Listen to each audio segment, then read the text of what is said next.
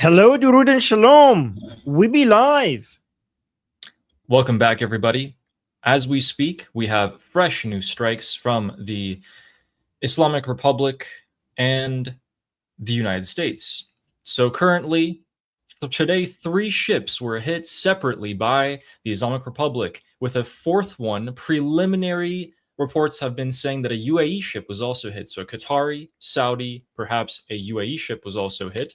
And in response, CENTCOM has launched extensive, what they are calling extensive strikes to exact a heavy cost for the Islamic Republic striking these tankers.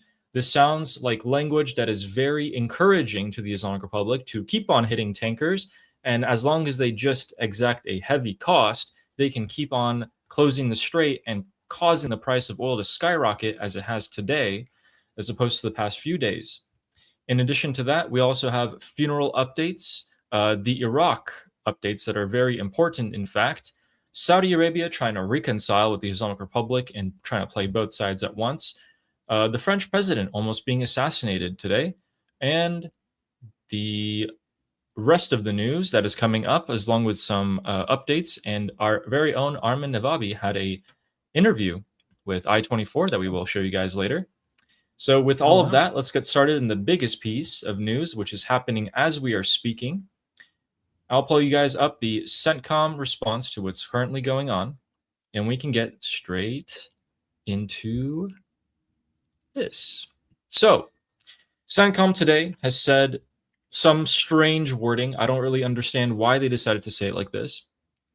They said that we began some powerful strikes to impose heavy costs for targeting the ships. That sounds like, hey, tit for tat. You hit the ships, we strike your southern coast bases, everything goes back to normal. Except we've been doing this for a long time, and it hasn't gone the way that the Americans thought. I really don't think so. I mean, 3 ships hit in 24 hours within each other. By the way, Qatari, Saudi Arabian, possibly Emirati. Emirati, I understand. Saudi and Qatar, they both sent delegations to the Islamic Republic to pay their respect to the Supreme Leader Ali Khamenei, and subsequently, within hours of them leaving Iran, their ships were hit. And if you guys think that the IRGC does not know what these ships are, they 100% know. They have to put GPS coordinates for these Shahed drones to actually go and hit these slow-moving ships. They know exactly what they're doing. And this is an escalation, in my opinion. So we have some images for you guys of what these strikes have been looking like so far. This is what Sirik Pier looks like right now. We have some more images of Bandar Abbas and Qeshm Island. This is what another place in Sirik looks like. Looks like speedboats are on fire this time, interestingly enough. Those actually weren't really touched before. But Bandar Abbas itself, while we weren't able to get a direct image or a video of the explosion, we saw that the sky is being lit up over Bandar Abbas from the huge blasts, apparently, that are being reported.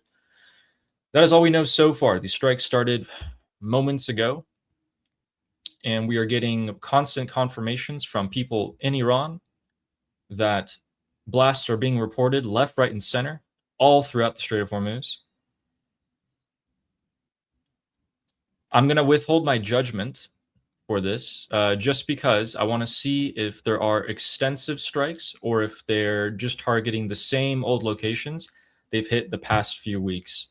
If it's just the past few weeks, I'm going to say this is just a tit for tat. This is not a great, you hit the ships, we just hit your bases, everything goes back to normal. I don't like that. I am very much a proponent of heavily, heavily punishing the Islamic Republic for doing this. But if the U.S. carries out extensive strikes, maybe assassinations, who knows, then it's a different story. What do you think? Well, 3 things. They just removed the waiver for the sanctions. So that's a bigger response compared to before. By the way, as we're speaking, Sirik and Qeshm are being bombed by the United States. Sir, Esh, and Bandar Abbas, all three are being bombed much more than they were before. Before, you would see maybe a dozen strikes on all three locations combined. You're seeing a dozen strikes on each location so far. So this confirmed what we said would happen yesterday, right? Yesterday we told you Yes, this will happen today, and it's now happening. But in addition exactly. to that, yeah, but in addition to that, we have the sanctions waiver removed by the United States. That is that is also contributing to oil prices going down up, because I don't think because we saw tensions like this around the Strait of Hormuz before, it didn't have that much of an impact over the price of oil compared to today. So today's price of oil going up is possibly not just in response to the conflict, but also to the waiver removal. What do you think? Yes, so let's show them that actually. Let's show them why that happened. Guys, as Armin just said, the Islamic Republic used to be able to sell their oil, but not anymore. And that is because here in the Strait of Hormuz, they decided to hit 3 ships. So, all on July 7th, by the way, this was all today within the last 24 hours. They are withholding the names of the tankers, but largely open intelligence analysts have figured out where they and who they were. So Qatari, Saudi Arabian, United Arab Emirates, these are the 3 ships that we believe were hit, all hit by Shahed drones straight into the port side engine room. Keep in mind, they were all, as you leave the Strait of Hormuz, your left side is the Islamic Republic, and your right side is Oman. And all these ships were hit on their left side. So we can largely believe that this was the Islamic Republic, and it was confirmed after the Islamic Republic came out with audio recordings saying, "Captain, we have bombed your ship. This is because you have not used our approved channel." I thought you couldn't guarantee the security of ships going through the strait, but "Captain, we have bombed your ship" is a very forward statement, to say the least. For yours, And they should say for your safety. Because, guys, the reason why this is so ironic is because the Islamic Republic says, this is genuinely, I'm not kidding, this is what they said on state TV, that for your safety, we will bomb you if you don't go through the northern part of the Strait of Hormuz. So yeah, they are bombing ships for their safety. Let that sink in. The Islamic Republic is saying, we're bombing you for your safety, to encourage your safety. and so those 3 ships being hit caused oil prices to immediately have a green line going up, which actually is bad. So they shot up from around $73 straight up to 76. And let's check that right now. I haven't checked in the last couple of hours. Brent oil prices are currently at $75. So they have leveled out, it seems like, after these strikes. Yeah, it leveled out just in the last about hour or so. So things are, according to the markets, stabilizing, I think. It's not having that much of an impact. The waiver removal plus the tensions, we're still below 80. The Strait of Hormuz is not as important as it used to be, apparently. The global markets are too flooded, oversupplied with oil after the original opening. Correct. And that is why you will see the price of oil go back up in the short-term future. But for now, oil prices are totally fine. People are struggling to sell their oil. So, also, here's the thing, Ali. I think the timing of this attack could not be worse for the Islamic Republic. I suspect that the United States is kind of enjoying the fact that the Islamic Republic did this while President Trump is at the NATO summit in Turkey. Because the NATO summit in Turkey was going to be President Trump and Erdogan on one side and everyone else on the other side, right? It was supposed to be the NATO countries figuring out on how to deal with this annoying alliance of Erdogan and President Trump with each other.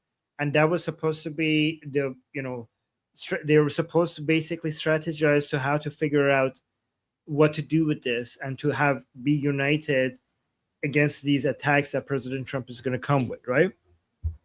But now instead, I think a lot of them now, because of this happening, I think it's a lot of the focus is going to be, okay, getting on basically everybody uniting against the Islamic Republic instead. So I think President Trump is like, in his mind, it was like, this was the best timing for this, because while I'm there, this is a good reminder for why you need me. Like, you all need me, and you need to basically start demonstrating your usefulness to me. So, if again, I'm not saying this is happening. I'm not saying at all. But if I was writing a interesting movie script, I'm not saying this is happening, okay? But if I was writing an interesting movie script, I would say Trump was coordinated this with Ghalibaf for the timing to be exactly now when he's there, and also making sure that the ships that are being attacked are the Arab countries around the Persian Gulf, their ships, to also make them even more desperate to come beg President Trump for their protection, and basically also get more stuff from the Arab countries in return. That would make total sense. If you're the Islamic Republic, I don't know how you don't see that this is helping President Trump. Like, I don't see, you're attacking Arab countries that President Trump is trying to force in closer into the Abrahamic Accord, and this is going to make them more desperate to give President Trump what they want. And you're doing that exactly when he's at the NATO summit, when President Trump is trying to show these countries that they had to do more against the Islamic Republic, and you're demonstrating that he has a point exactly when he's there, right? This is the worst timing by the Islamic Republic to do this. What you are 100% right about is that this is the worst time for the Islamic Republic to do it, not only because, hey, all the Arabs can meet and talk about it with Trump, but also it's Khamenei's funeral in Iraq. His body's in Iraq, Pezeshkian's in Iraq, all the important people, Qaani, etc., are in Iraq. They're not in Iran, they're in Iraq. There's different rules there when it comes to potential kinetic action than it does within the borders of Iran. So, but not much. But I'm just saying, it's not a great, smart time to start something right now. And to hit 3 ships in 24 hours, I mean, realistically, they were only like about 6 hours apart when they hit all 3 of them. So, with all that we've heard, the funeral's coming up, everyone chill, we're not going to hit each other. For them to suddenly come and hit 3 ships during the funeral is wild. What are the 3 ships again? That's a Saudi ship, Qatari ship, and a United Arab Emirates ship. Although the Emirates ship is yet to be fully confirmed, but we're 90% sure. If I was a conspiratorial, I would be this is so convenient for President Trump.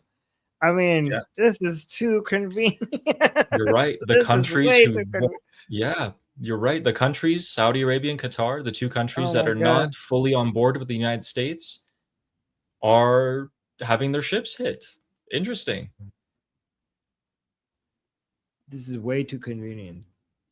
It's pretty convenient. And so the timing and the ships, I don't know if Ghalibaf, and if I was Ghalibaf, I could even arrange this internally without making it seem like I'm giving in to the Americans. I could actually pretend like, you know what? F the Americans. Let's do this. Go with this ship and this ship. Like, I could even talk to some IRGC leaders who are annoyed with me regarding the MOU and try to spin this as me doing something anti-American. But this is actually the most pro-American thing you could do right now, in my opinion. It is helping the Americans more than it is, because oil hasn't shot up to $80, $90. If it did, I'd be like, okay, whoa. But there's a lot more here that meets the eye, and I can't wait for more information to come out about this. As of now, we're still seeing that the strikes are continuing. They haven't stopped yet. So we're already seeing like in magnitude and intensity several times larger than the previous strikes. Yeah, Bandar Abbas is pretty much on fire, parts of it at least. So these are much more extensive strikes. Let me show you guys this before we discuss the oil waiver that was lifted and Wait, what that means. somebody's saying, why wouldn't UAE and Saudi ships use their own side of the Persian Gulf? They did. That's why they got bombed. That's the reason why they just that's the reason why IRGC was like, oh no, you don't, or no, oh no, you didn't. That's why they got bombed. I mean, there's Because they also a used the southern simple side. thing. It's like every ship that wants to leave this area must go through this tiny strait called Strait of Hormuz. By their side, I'm assuming he meant the southern side of the Strait of Hormuz. Yeah, that's the whole problem. You're right. Yeah, that's all. Yeah. The entire issue. This part is mined. This part is IRGC. This part is Omani US side, basically. You go through here, you get hit. Which, by the way, another thing to support your theory is that there are massive amounts of US military aircraft right there. And they somehow let 3 ships get hit. Even though they know that at any moment Shahid drones and missiles could be fired, they still let those ships get hit. I know I'm a little skeptical. I think the US military is a lot more capable than that. These are not ballistic missiles that take you 30 seconds to traverse this, 20-mile strait. They're Shahid drones. They're much, much slower. But as a result of these ships getting hit, we have seen that FDD, Miyad Maliki, has come out and given us his opinion on what this means. The Islamic Republic can't sell their oil any longer. So what it actually means, and I'll just summarize this for you guys, already read it. The Islamic Republic cannot sell any new oil. All the oil that they already have in their ships that are leaving the Strait of Hormuz and will leave the Strait of Hormuz today, July 7th, are allowed to leave and they're allowed to sell them. Any new oil is not allowed to be transited and sold. Also, if China or other countries cannot buy that oil that's leaving today, by the end of today, they also can't sell it. This is effectively an off-ramp and a sort of squeeze on the Islamic Republic's finances. But most importantly, this money should be going to U.S. accounts and only used for the buying of corn and wheat and barley from American farmers. We have still yet to be seen, and one reason why I was really happy to see the waiver gone wasn't because I was like, oh my God, the Islamic Republic is going to make less money now. It's true, but they weren't really making that much anyway. China was actually not buying as much as the Islamic Republic thought. China was buying it from Saudi because Saudi came and undercut the Islamic Republic by a huge amount. And so what I was happy to see was that in the actual General Waiver X, this entire waiver, there was no specific mention that the Islamic Republic had to put money into US accounts to buy wheat. And that was making me very nervous because you're open-ended. You can either do it or not. There was nothing in the waiver. But now that the waiver is gone, who cares? It's over with. It's not coming back. So what's going to happen to the money that they're going to get from the ones that they already sold? You're sure it's going to go into only American food? So from word of mouth from Scott Bessent, Donald Trump, yes, that is supposed to go to American farmers. And again, on that note, I am more likely to trust Scott Bessent than I am to trust Donald Trump on those words particularly. So we will have to see about that. We haven't seen it yet. And from now on, the Islamic Republic can't sell their oil again. So, yeah. That's great. Good step towards the right direction. And then we had this clip that I just found. This is Bandar Abbas at the moment. Wow.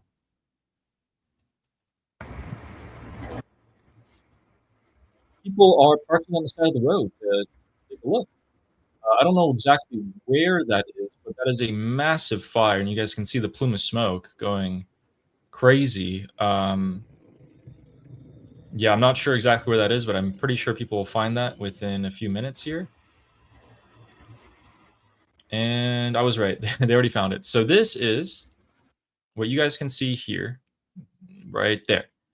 That is Shahid Haqqani Port. Now let's take a Google search and see if this is IRGC back. Shahid Haqqani Port. Is that used for IRGC speedboats? Let's see. Yep. It's the fast boat Probably. port. So according to the Islamic Republic, it serves, civilians, but if the US is striking it, I'm more likely to believe that there were speedboats there or something military-wise. Yep, probably no doubt about that, to be honest. All right. Quick caveat, though. Going back to the oil waiver, although the Trump administration just revoked the oil waiver, they put sanctions back. A U.S. official, according to Reuters, U.S. officials say that Washington will continue to negotiate in good faith with the Islamic Republic. It's not my words. Don't come for me. Oh, fine. Fine stress in the chat is going to say, like, I told you. And then one other key point for the MOU to fully dissolve. In paragraph 10 of the MOU, it says no new sanctions should be added to the Islamic Republic. If the US just adds new sanctions right now, which they can very easily, they just put in the old ones again. But if they add new ones, then hey, paragraph 10 is gone too. I mean, not that paragraph 1 or 11 or any of the other ones were met anyway, but just saying. I mean, you want to know what's really funny? So after Qatar had its ship hit, they summoned the Islamic Republic ambassador and they chewed him out. They're like, why the F are you hitting our ships? And then the ambassador to the Qatar calls Baghaei, the foreign ministry spokesperson for the Islamic Republic, and Baghaei tells them, essentially, shut up, know your place, to the Qataris. It was a very aggressive thing. So what he actually said was, wow. He said, No. Oh, come on, give me the statement. Give me the full words. He was saying basically, you should know your place. How dare you question us if we want to hit ships, and we will do what we want and do what we need to do. I was like, oh, to the Qataris? Are you sure you want to, alienate your only friend left? Okay. I mean, to be fair to the Islamic Republic, you don't hear that many often here. What is Qatar going to do about it? Like, I'm genuinely asking, what can they do about it? Nothing. They could, like, the Islamic Republic keep, like, there is the Islamic Republic's bitch, basically. There is nothing they could do about it. They have to keep being useful to the Islamic Republic, because at least you're getting bombed less than other people. Why you want to, like, you want to be bombed as much as we have bombed the UAE, Bahrain, or Kuwait? Would you like that? No? Okay, then shut up. That's what it is. Exactly. There's nothing that they can do. They're the bully. They can go to they can go cry to Vance. They can go ask their friend Tucker Carlson to say something to President Trump, but who cares? Who actually cares? So we've got you guys up to date on the Strait of Hormuz situation. Let me just take a quick look here. This time the strikes happened a little bit more, not a little bit more, much more extensively, much more intensity. Many citizens have gotten videos of such. And so according to that, the next thing that we can expect to happen today or tomorrow is for these tiny two countries, namely Bahrain and Kuwait, to once again get erased off the map. We are expecting any minute now to hear reports of sirens in Kuwait and sirens in Bahrain or interceptions and so sort. The cycle is a ship gets hit. Sorry, the Strait of Hormuz is closed. Ship gets hit. Bahrain and Kuwait or U.S. return strikes onto the Islamic Republic. Then Kuwait and Bahrain get hammered, and then everything's good. Ships go through again, and then ship closes. Ship gets hit. U.S. strikes. All that returns. We've seen that exact scenario for 2 months, I think. It's actually almost every week.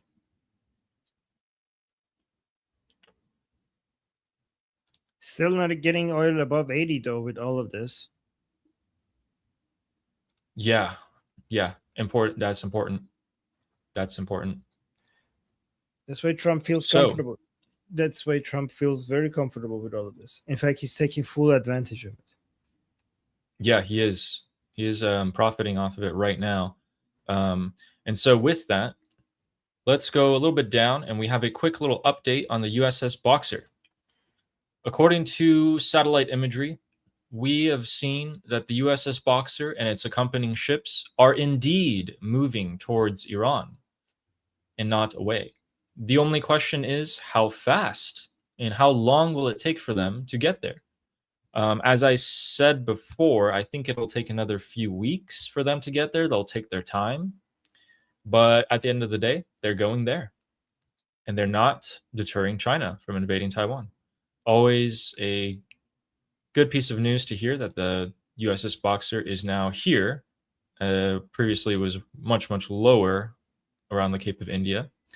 But in between all this, another really strange thing has happened.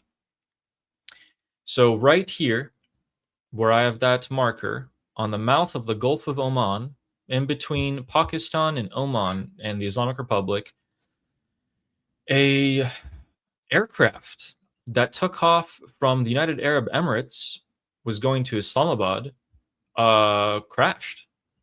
There were 5 people on board, and no one knows if they have been recovered or not. But yeah, it is. Keep in mind, it is passing right around the area of operation of the United States Navy, and that is where it was last seen on with this transponder on. It crashed somewhere in the ocean. There are search crews going for it, and we don't know exactly what happened to it. It suddenly gave out a distress call, and that was it. Game over for them. That's another very interesting, just because it's right there, just because the U.S. Navy is right there. I'm going to point that out there just in case we hear something about that later. So they haven't found the missing.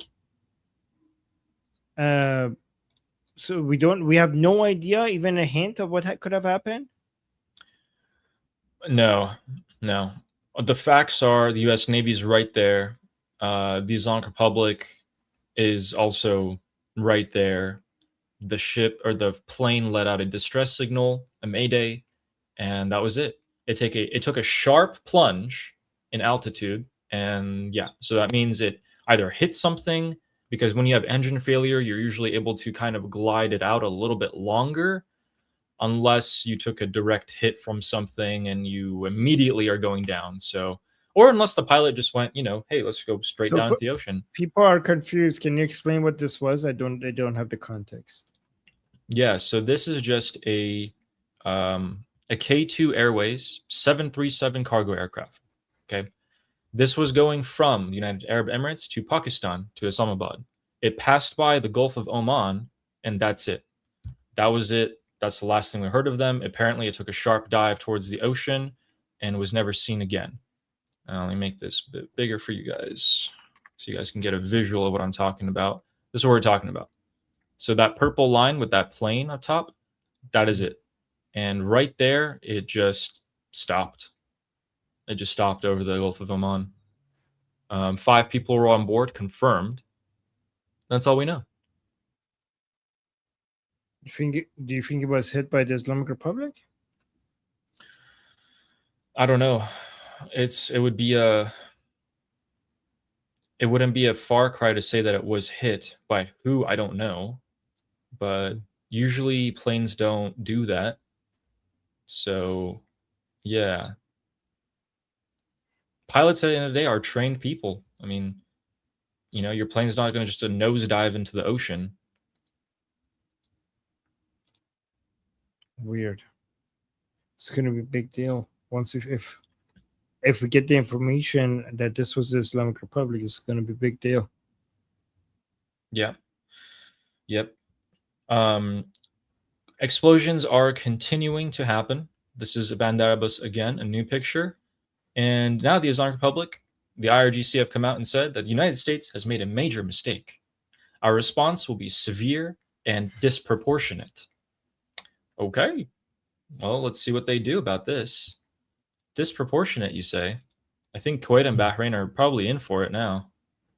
Oh my God. So going back to that plane, so this is what happened. It rapidly descended 35,000 feet in 2 minutes, under 2 minutes, so not even 120 seconds.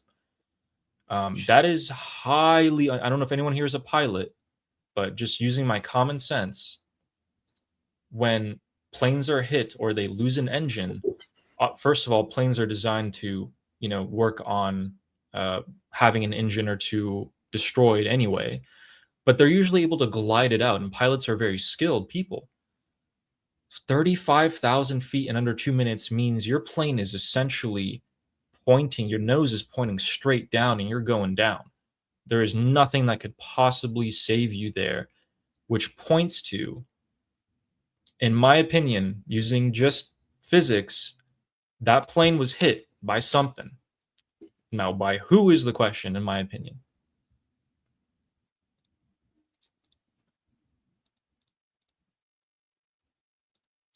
Again, and where that plane was hit was right around here, right where the US Navy has stationed its fleet to have the blockade be put back into a place at any moment. And largely, you know, I would say maybe 100 or so miles, 150 miles off the coast of the Islamic Republic. So it's a bit more difficult for the Islamic Republic to hit it, but it's not impossible if they wanted to. Who knows? Who knows what happens? We'll probably find some good information soon. I hope so. People in Iraq are reporting that there is heavy air traffic in Iraqi airspace, unknown if it is jets or commercial. Israeli warplanes also entered the southern airspace of Syria. So that would be more related to Lebanon. It's closer there. But these also could be the same jets over Iraq. Who knows? There could be a lot of things happening tonight. And oh, there we go. The United States has issued a warning to Gulf states to prepare for a possible IRGC response. I have a question for you. If you're Bahrain and Kuwait and I'm the United States, and I just went and I bullied someone and I was like, listen, I just went and hit this kid. You know how it is. He's going to come and hit you, and I'm not going to do anything. Like, you got this, right? I'm going to hit him, but if he hits you, I'm just going to stand there and watch. What are you going to feel? What are you going to say? Oh my God. How are you going to feel? Abandoned. Every week, by the way. Every week. You come out with new clothes, new backpack, you go to school, and every time you come back end of the week, and it's just, it's literally school, because during the weekdays, you're getting beat up. And on the weekends, you don't have school, and there's no conflict, and everyone's happy. Yeah, the problem with Kuwait and Bahrain is that they're not as rich as Saudi, Qatar, and UAE, so they can't influence United States politics or also enough or buy out the Islamic Republic enough not to get bombed. Yep. The weaker you are, the bigger of a target you are. Okay, wow, we have some good videos that people have taken. So these strikes are still ongoing. They have still not stopped, and we have some videos for you guys of Iranian citizens. همین الان بندر یا اولفصل بنده رو زدن، بد زدن، خیلی وحشتناک بود. We have that. Where's the third video? Where'd it go? Oh, yeah. Wait, why isn't it showing the third? Oh, I think I have to click on these, maybe. There it is. Okay, we saw that one. Let's see this one. You can largely see that everyone's out and about. Sorry the video is so small, guys. That is a massive plume of smoke. I wonder what they hit. Ah, this must be such a strange timeline because you're watching this. This was posted a minute ago. Also, Armin, can you still hear me? Yes. Okay, perfect. Thought my audio cut out for a second there. Guys, look at this. This is, I think, Bandar Abbas. They posted this 60 seconds here.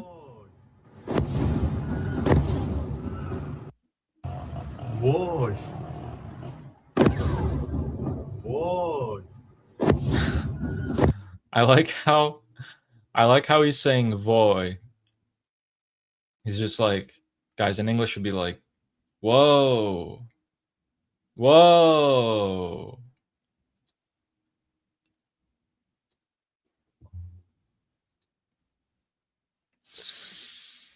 All right, this is all happening at the moment. Washington officials, Washington officials are reporting that these strikes are expected to go on for some time tonight, perhaps hours. We also have reports of warplanes over the Middle East, and not just over Iraq in general. And it seems like the IRGC have issued a statement to their Navy personnel to prevent all traffic through the Strait of Hormuz until further notice. Whether they actually carry that out or not is a whole different issue. But yeah, wow. Escalation, big time, big time. You think we're going to go back to the same old after they hit Kuwait and Bahrain, maybe? I'm leaning more towards it, yeah. You know, but we're running out of time with the 60-day negotiation. Are they just going to extend the 60 days? Because they're not getting much done right now. Or are they? Maybe they are in back channels. Maybe all of this is the front, and in the back channels, the negotiations are going forward. So what we've seen against the Islamic Republic is that their proxies have been severely weakened all throughout the Middle East. And we've seen that even though they were allowed to sell oil, they haven't made as much money as they thought. Those are the two blows that are directly caused by US and Israel. Other than that, the IRGC, I mean, keep wanting to escalate, hitting the 3 ships, which, you know, as you said, it could be coordinated with the US to do that. Them just giving the order to close the strait completely right now is also an escalation. Oh, very interesting. Okay, anyway, there are US jets right now in southern Iraq. Additionally, kind of strange, this makes me think of a certain couple of things, but right now in Bahrain, in the Persian Gulf, there is a power outage. This is a essentially city/country. It's like one city. So for there to be a power outage there reminds me of one thing, which is during wartime, if you are expected to be bombed, you cut power to your cities. So the pilots or missile, whatever it may be, has a harder time of picking a target. For GPS located missiles and drones, it doesn't have any sort of effect at all. Kuwait now also has a power outage within 30 seconds of each other. So wow. They're expecting attacks, huh? They are definitely expecting attacks. I just don't know why you're cutting power to the entirety of your country. Makes no sense. It's not like they're fired. Isn't that a way during the Iran-Iraq war? To make sure what? Sorry. to make sure that everyone's lights are off so that they're not easy targets? Or Yeah, during the Iran-Iraq war, like our parents have told us many times, they did that. The power was cut so that Iraqi bombers couldn't locate exactly where the civilians were and bomb them. But for GPS inputted drones, it doesn't make a difference if your lights are on or off. You can't move your house. I was in Tehran when Saddam was bombing Tehran, so I lived through that. Yeah. So yeah, you must have been like a kid. Yep. Yeah. Well, here are the facts, ladies and gentlemen. The Islamic Republic has struck 3 ships within hours of each other. The United States has responded with extremely intense strikes, more than usual, way more than usual. And now there are power outages in Kuwait and Bahrain right after the United States has notified them to be prepared for an incoming strike. Here we are, back to our regular news. This is the 10th or 15th time that it happens right on our live. Maybe CENTCOM is waiting for us to start our live stream, and then they go ahead with whatever they have planned.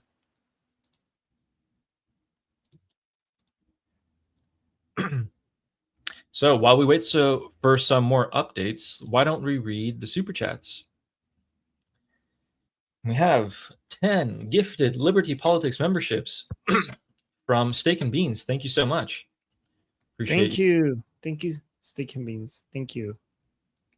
And Bill is asking where the U.S. strike. They struck in the Strait of Hormuz, the same locations they've been striking. Fleshy Interloper saying CENTCOM waiting for Ali to go live. Yep. I all called the my time. buddy Brad Cooper. Yeah. Why is it all the time right before your live? You know what's interesting? When I was more just talking in your group discussion, I was telling you guys, I'm like, guys, I've been keeping track of when the U.S. conducts their strike in the 40-day war. And they've been starting their strikes earlier and earlier. Like it used to be 4 a.m. Iran time. Then it would be like 3 a.m. Then a couple of weeks later, 2 a.m. And yeah, now it looks like they've settled at 1 a.m. to start their strikes, or 12:30 a.m. Earlier and earlier. Maybe a scheduling logistical change. Who knows? Thank you, Fleshy. And Ehef saying, on your previous stream, you talked about the need for education. I do graphic design with surface level knowledge of coding and video editing. I'd be happy to make materials.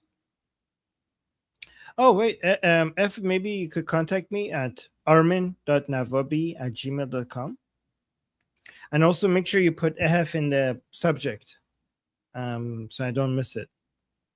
Thank you for that. I appreciate that. Thank you. Yeah, thank you so much. And Rico saying, do you think our attacks are getting based on great intelligence? We are spending downtime are we spending downtime, our free time, picking up the best targets available? Yeah. Here's the thing. We had a very alarming report come out today, verified, that the Pentagon during the 40-day war was pushing CENTCOM to act faster, quicker, and pick more and more targets faster. This caused CENTCOM to oftentimes, I mean a small percentage, pick the wrong targets. And they have struck decoys. They got information that they used before the war and they never verified it. But right now, I do think so. What do you think? I think that I think they're picking the best targets, but not with the bombardments in southern Iran. I think that is all just for show, as a way to demonstrate the United States. It does respond when the Islamic Republic does something. That is just for marketing purposes on both sides. I think the United States is picking the best targets against the Islamic Republic in Lebanon and in Iraq right now. So while everybody is paying attention to what's happening in southern Iran, the United States is being very clever in cutting the tentacles of the Islamic Republic in Iraq and Lebanon right now, which basically leaves the Islamic Republic defenseless, and with them losing a lot of their leverage. And that's why the Islamic Republic, noticing how much of their leverage they're losing in Iraq and Lebanon, they're so desperate to at least keep the Strait of Hormuz as a leverage. But that's where the main focus of the United States is right now, Iraq and Lebanon. This is just for show. Yeah, I completely agree. And thank you, Rico. Fleshy Interlopers saying no more messing around. They might be. We'll see soon. This is all still happening right now, so I'm not gonna give my final verdict, but by the end of the stream, we'll probably have a better idea. Guys, whenever you see Ali look like that, he's like seeing interesting news. Every time you see like he get distracted and his eyes goes like this, he's like, what is this? That is like him scanning the news, seeing if the Islamic Republic state media already has come out and said that a senior official in Bandar Abbas has been assassinated. What? Wait, are you sure this is like an official statement? Make sure the account is official. Yeah, I mean preliminary. So I want to get more confirmation on this. Yeah, because sometimes people say that the IRGC says something and then it's not from the IRGC itself. So we need to double check, quadruple check that. Yeah, I mean this is Tasnim. We'll see. No, apparently, okay. So this is it apparently Tasnim or is it Tasnim? Also, even if it is Tasnim, okay. So we don't know then. So we don't know. We don't know yet. Also, even if it is Tasnim is not the IRGC itself. So even if it was true. Tasnim. Yeah, and this is just I'm sifting through the noise here, and that's the only Remember on social media, a lot of people are motivated to push out like some hot news because to get followers, and then when it comes out that it's not true, they already gained their followers. So you have to be careful with that. This is 100% true that the Islamic Republic Air Force has scrambled jets over Esfahan. Usually it's over Tehran. Now it's over Esfahan, which is central Iran, much closer to the Strait of Hormuz. I don't know what they think their jets are going to do against an F-35, but we'll see. Wait, the Islamic Republic is flying fighter jets? The Islamic Republic is scrambling their Air Force jets. We don't know if they're fighter jets or other sorts of jets, but they are jets. And guys, Esfahan is here. Esfahan is here. It's in central Iran. They have just took off from there. Strait of Hormuz is probably 30 minutes away for them. So yeah, if that's where they're going. Somebody's saying they have jets. Yeah, they have jets that belong in museums. They have jets that belong in museums. Like they can't do anything. No exaggeration. Yeah. So. Oh my God. With that, remember, guys, we also said that there are American or Israeli fighter jets over Iraq right now. So both sides have scrambled their Air Force. Whether or not they'll actually use them is another thing. It seems like they're being more ready. And the IRGC have already claimed that they will have a disproportionate and heavy response. So we'll see what that means. Kuwait and Bahrain are already ready, or so they think. I don't know what difference the lights are going to make, but hey, that's why we're here, to check it out. With that, Justin is saying, OMG, what if Trump kidnaps Khamenei's body and holds it hostage? Ooh. That's I don't know. If he does that, he's going to be like, oh my God, this is disgusting. I think it's going to, I don't know, it's going to stink up the room and he's just going to get rid of it. Like that, this was not a good plan. I didn't think it's true. Just imagine they open up the box, the Khamenei's coffin, there's like nothing there. They're like, okay, we just take the coffin, I guess. I don't know. Yeah. Thank you, Justin. And Steak and Beans saying, yes, Trump pressures the Persian Gulf countries. Pressuring them makes total sense. They're concerned with Turkey's old imperial ambitions. Makes sense. Saudis want F-35s. Now Turkey get them.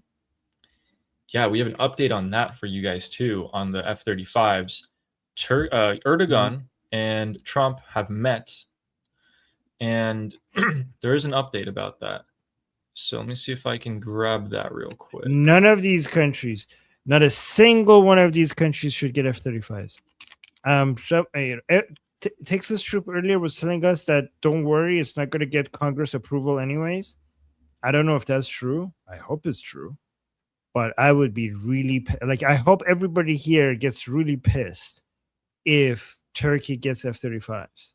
They do not deserve F-35s. They should not have F-35s. That is a mistake. I hope this is just messing around with Turkey. President Trump saying like, here's some F-35s, and then gets rejected by Congress. But if it gets approved, it's really like, it's not a good move. It's like a really bad move. Yeah. And a quick little update between Trump and Erdogan's meeting today. Let's take a listen to this. I don't think he wants to see them have a nuclear weapon either. I'm pretty sure of that. In fact, I'm totally sure of that. So, but when they buy a product from us, whether it's a plane or anything else, when it's time for maintenance, I think don't we have an obligation? Guys, look at Erdogan's face right here. So President Trump is saying, I'm pretty sure Erdogan doesn't want Iran to have nuclear weapons. So let's check out his reaction here. I don't think he wants to see them have a nuclear weapon either. I'm pretty sure of that. In fact, I'm totally sure of that. So, but when they buy a product from us, whether it's a plane or... No reaction. Not even a slight nod. Ooh, interesting. Interesting. I mean, I'm pretty sure he doesn't want the Islamic Republic to have nuclear weapon, but of course, like, that's a competition. Why would you want your competition to have nuclear weapons? Yeah. And then here is the same meeting.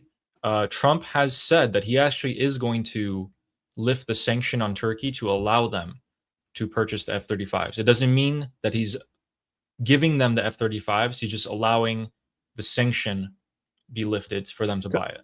So somebody's saying, does Erdogan understand English? That's what that lady in the white hijab is doing. She's translating in his ear. That's the whole point of that hijabi woman. Yeah. I can tell you, we're going to be taking the sanctions off. Okay? I don't want him to waste his time answering that question because we're working very closely with Marco Rubio, very famous man. Oh my God. Great Secretary of State. And yeah, this guy he looks like he's decaying in real time. No, he looks happy. The woman is translating. You're like, did he just say that? Did he said that? Yeah, this is the closest you'll get to him smiling right there. It looks like he's in utter pain, but that's his smile. Play that again. He was so happy. He's like, the woman is translating. I can tell you, we're going to be taking the sanctions off. Okay? I don't want him to waste his time answering that question. He's like, really? Really? He's saying that? and then we're working very closely with Marco Rubio. We got the thumbs up. He's like, thumbs up. Good job. Oh my God. That's the best that we can get from him. And it's like, is this guy for real? I wouldn't give us F-35s. Oh my God. Yeah, I mean, Jesus. I was reading up more about it. Even if Turkey is approved to buy F-35s, it looks like they'll get them in the next 5 to 6 years. You should never get it. This is 5 to 6 years is nothing when it comes to geopolitics. That's nothing. You should never get F-35s. This should not be removed. Yeah. It should not even be talked about. This shouldn't even be normalized. Like, it shouldn't be, even if he doesn't get it, like, it shouldn't even be normalized. Talking. Guys, there's only 3 main armies in the Middle East, okay? It's Turkey, Egypt, and Israel. All the other countries, well, I mean, other than the Islamic Republic, which has a big, standing army, ground army as well. But the ones that are not enemies of the United States directly, at least on paper, are Israel, Egypt, and Turkey. And the United States seems to be interested in showing to Israel that we have other partners in the Middle East and you're not the only ones. That's what the United States, I think, is doing. And you can't just keep us, don't think that we need you 100%. We have other partners. This is why Trump is getting close to Erdogan and to Giuliani as the extension. Giuliani is basically Erdogan right now, at least. Al-Shara. It's an extension of Turkey. And I think that President Trump is using them as a way to show less reliance on Israel. To show we have options. Yeah, exactly. Interesting. The game of geopolitics continues. I'll give you guys a quick update on the strikes real quick, but before I do that, since we're talking about Erdogan, the lady here wearing the hijab is Erdogan's wife, and the guy with the glasses, I don't know why he keeps wearing them, is French President Emmanuel Macron, who was nearly assassinated earlier today when a car bomb wasn't able to target him but went off near him in Syria. So he is now in Turkey. And as the leader of a Muslim country, I expected Emmanuel Macron to know better, but I guess not. Oh, that was close. That was close. Let's look at that one more time. And almost. What the hell? One more time. Oh, you can't be doing that. You can't be doing that. Shouldn't even be touching her. But like is he not briefed on these things? You shouldn't even be touching your hand and you're kissing it? Wow. So I'm saying, as a leader of a Muslim country, you should know better. Yes. Oh my God. And so that is a very French thing to do. So you should respect French culture. Like, respect my culture. Stop kissing my hand. No, you respect my culture. I have to kiss your hands. It's what we do. And okay, cool. Yeah, so the strikes are ongoing still. They still haven't ended.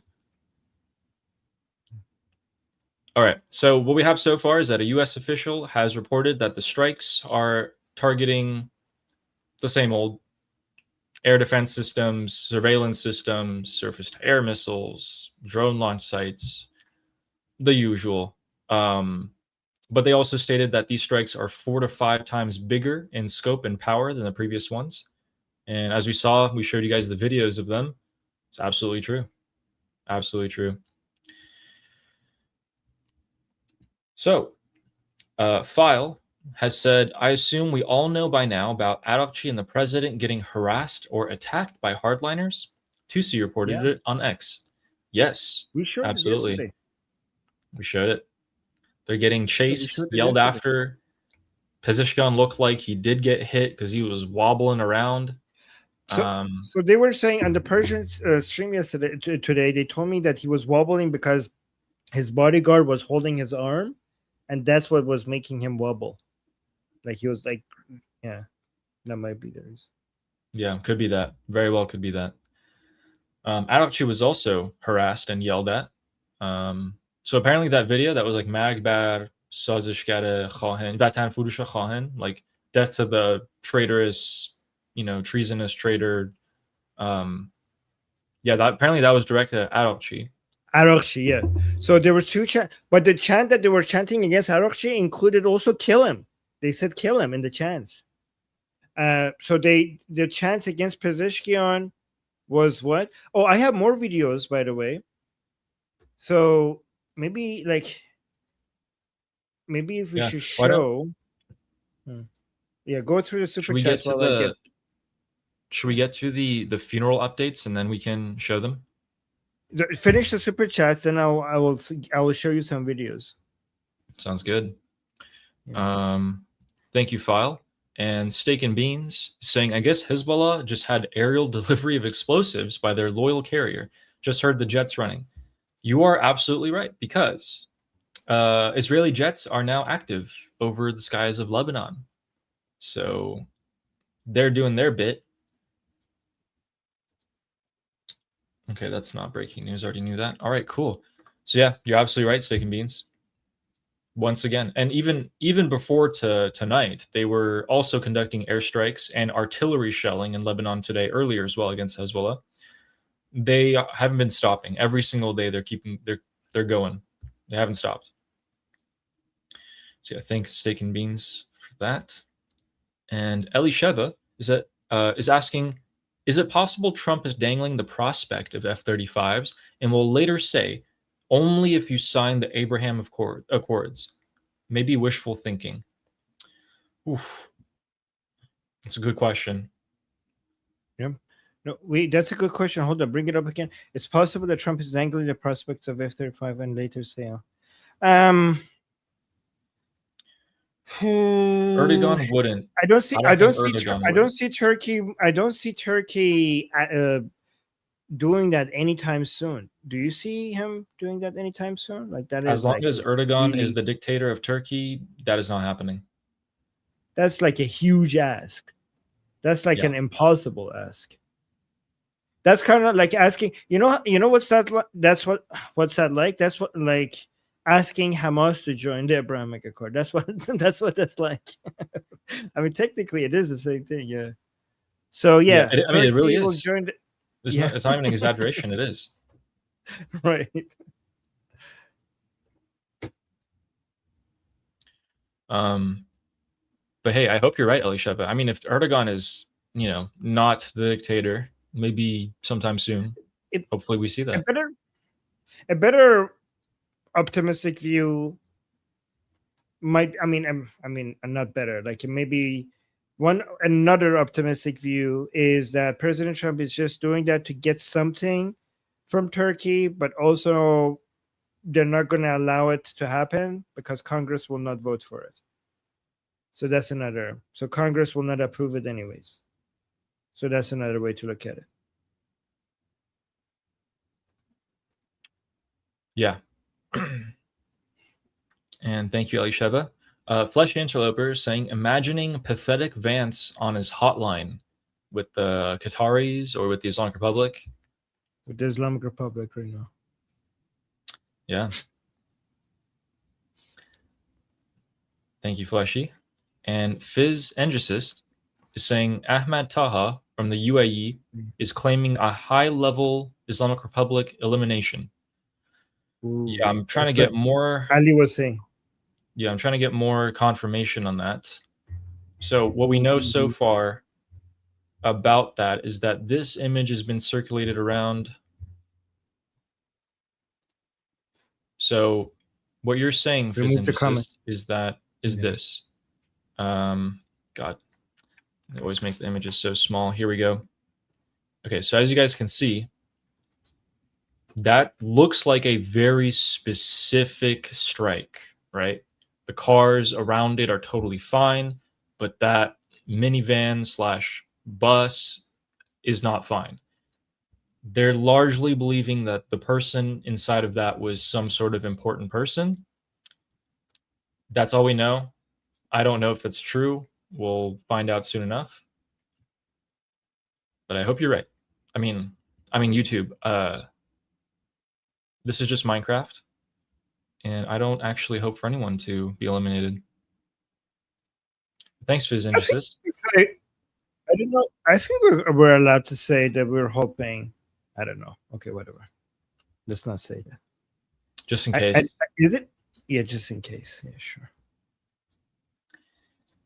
And Don B is saying, I'm surprised with Trump and Turkey. I don't trust Erdogan or Turkey. It's just because of the NATO summit. No, I think I agree with Don that this is a bad move. I don't like it, even if it's a 5D chess, whatever people want to say. This is not. It's not good to normalize Erdogan. Erdogan funded Hamas, praised October 7th, and Turkey's government openly says that they want to annihilate Israel and liberate Jerusalem. And they, you know what, you're right. They have like, and then to come and praising that, there is no excuse for that.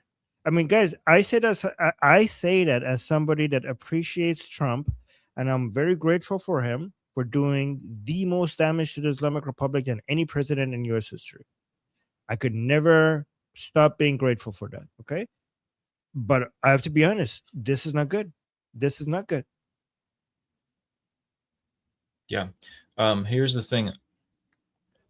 I think that with the Ukraine-Russian war coming to a close, and by that I mean in the next couple years coming to a close, one of Putin's friends that he could call upon is Erdogan.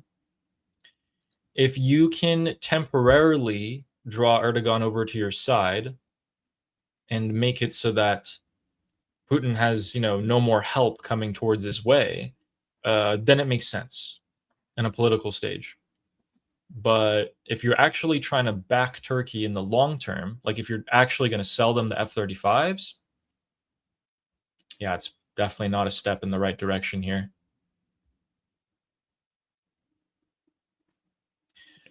But yeah, Don B, thank you for that. So, guys, by the way, I know it's not a done deal. The F-35s are not a done deal.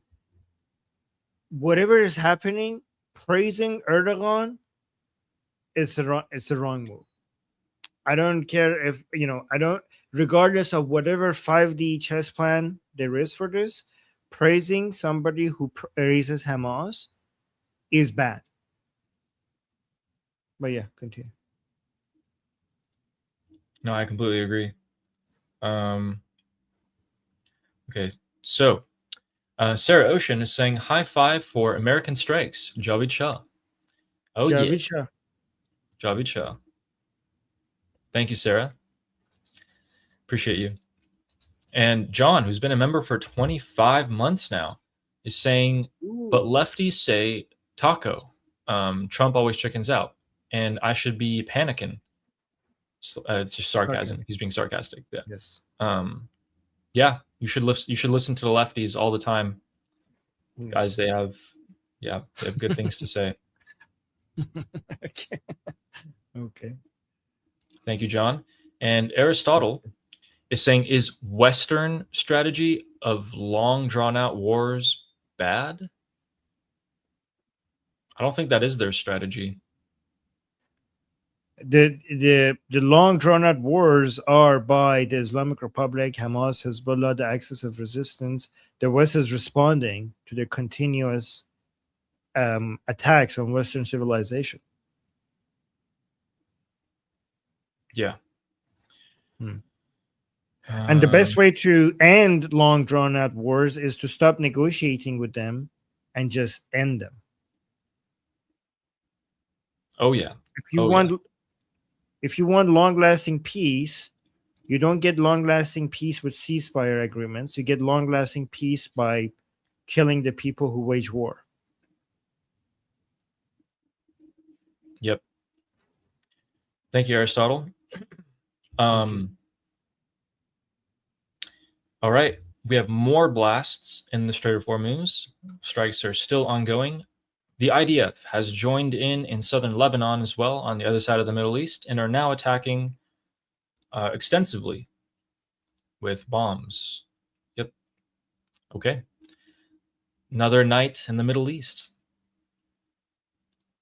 And George Hansen is saying, it appears that the U.S. has finally found a way to differentiate the Islamic Republic political side from the IRGC side.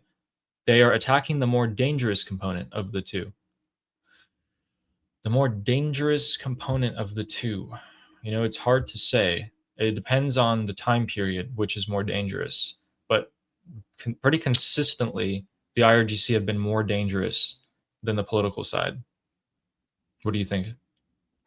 Well, I think the United States intelligence is pretty accurate on these things. They know who's who. Like the CIA is understanding of who these people are, and the level of threat is pretty high. Maybe the politicians do not read the reports from their own intelligence agencies.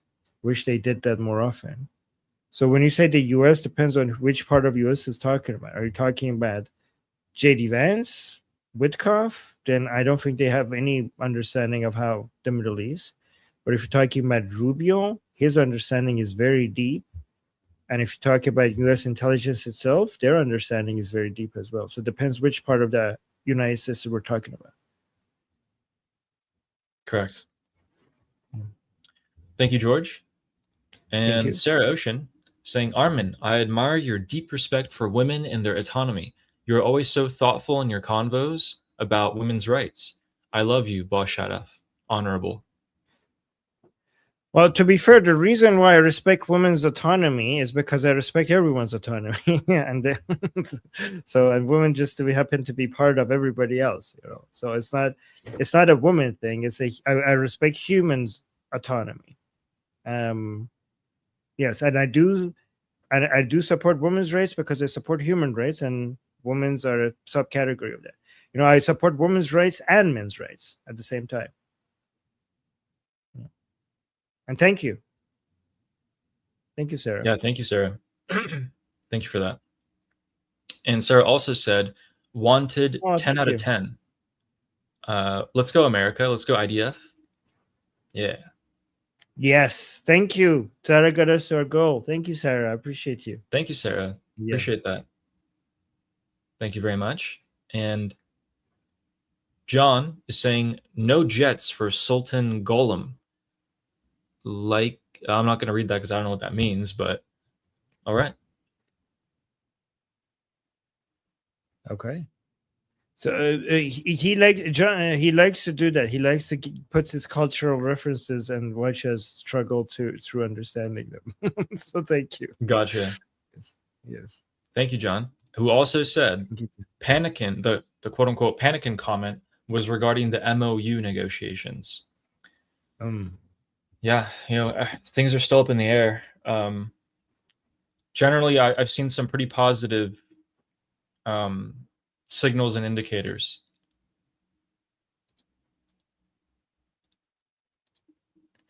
Yeah, thank you, John.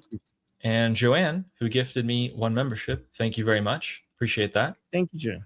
Thank you, Joanne. I am almost at the super chat goal for today.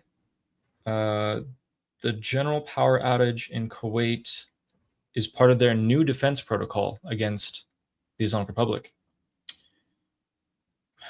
I don't know. Maybe I'll read about it soon and find something out that I didn't know. But to my knowledge, I don't see the difference of turning off the lights when there's GPS guided drones. But who knows? So with that, we can go back to our main map. Where'd it go? Okay, there it is. So again, yep, Lebanon, IDF. Right now, as we speak, they've deployed air flares into the sky. So largely what that looks like is this. Oh, come on. Don't make me join your group to see that. Come on, you can show me without. Yeah, there we go. So yeah, there's apparently aerial flares that have been deployed to light up potential targets. And then there's also bombs being dropped as well. Where is this? This is in Lebanon right now. So this is the IDF conducting operations. This is happening now. This is happening right now. And then we also have new and more explosions in Sirik. So this is, I think, the 3rd round of explosions on all 3 targets. The U.S. official did say that the strikes might continue for hours. It's been about an hour now. It's been about an hour and a half. Okay, so funeral updates, because I know you had some videos about that too. Yeah. You want to show yours or? Sure. So with a quick overview of what Saira Seinejad, the right-hand man, thinks about the overall funeral, he's saying that this was a regime failure. They brought in they thought they would bring in a lot more people. They didn't. And this surprised me. I thought they would be a much bigger turnout. My assumption is that even with that the Islamic Republic brought in their core supporters, the state employees, soldiers, everyone that they had to put mandatory with giving out food and all that, it was still a massive failure. The question is, however, is why they failed to mobilize more people. one should keep in mind that the regime, percentage-wise, is quite weak in Tehran. Regardless, this poor turnout suggests that a shrinking support base and a declining ability to mobilize the broader population is happening. So, Saïd Hassanejad, yeah. Oh, no, you go ahead. I will finish. I thought you were Saïd finished. Go on. Hassanejad believes that the regime is slowly losing more and more of its supporters, even with the regime forcing people to show up and forcing them to support. They're still losing more and more people. I don't know what you're talking about, Ellie. I have a video that shows that the crowd sizes were so I don't much either. There bigger. was like billions of people there. Here's the proof. Look at this.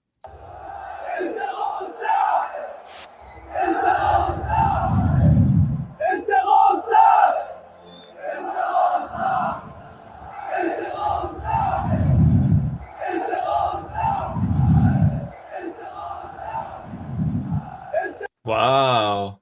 Yeah, so that's pretty impressive. I'm not gonna lie. That's like billions of people. Yeah. Sheesh. Yeah, that's probably what you would have to do to get billions of people, because they don't even have the capacity for billions. Yep. Not even that is billions, to be honest. Yeah. Yep. But here's the actual footage. Look at this. This was from today. Like, this was the day after. Because, like I said, you remember yesterday, because the crowds were so small, they said, guys, don't worry. Tomorrow we're going to have the crowd sizes. This is at the Shahid Square, or, the Azadi Square, from the top, recording the people showing up for the funeral at the bottom. Look at this. This is millions of people.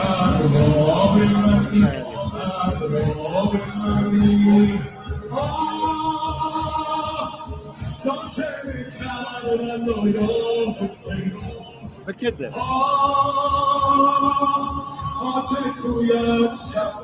This is embarrassing. This is really embarrassing. I'm sure they would have way bigger. Like, I'm sure they would be able to fill this entire area if they had a concert. A concert would fill this entire square. Yes, true. This is really bad. People are saying this is Armin's ant farm. I do want to do some. So, guys, we showed you this yesterday. Okay, so at the funeral, you saw Pezeshkian being attacked like this. So this was the president of the Islamic Republic. We saw this.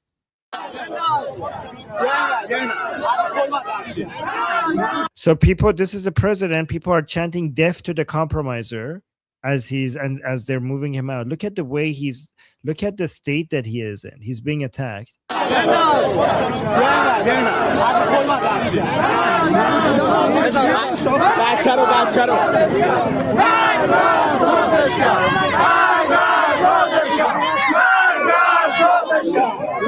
Go back. Go back like 5 seconds. And you go a little bit before. There's a guy trying to get a selfie right there. Oh, yes. He's trying to get a selfie with Pezeshkian as he's being like attacked by a mob. That's great. So that was Pezeshkian. This is IRGC.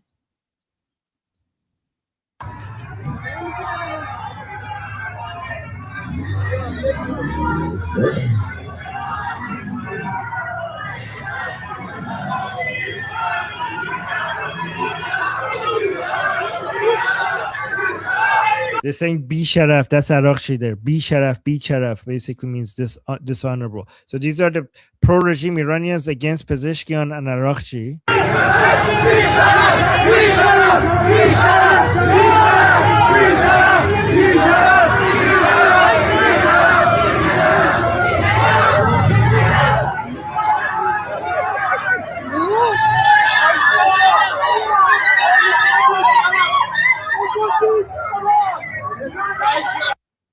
So see, the pro-regime people really hate IRGC. Here's another angle of people attacking IRGC. But this one, I'm going to play this one because some people are saying Some people are saying go KILL him.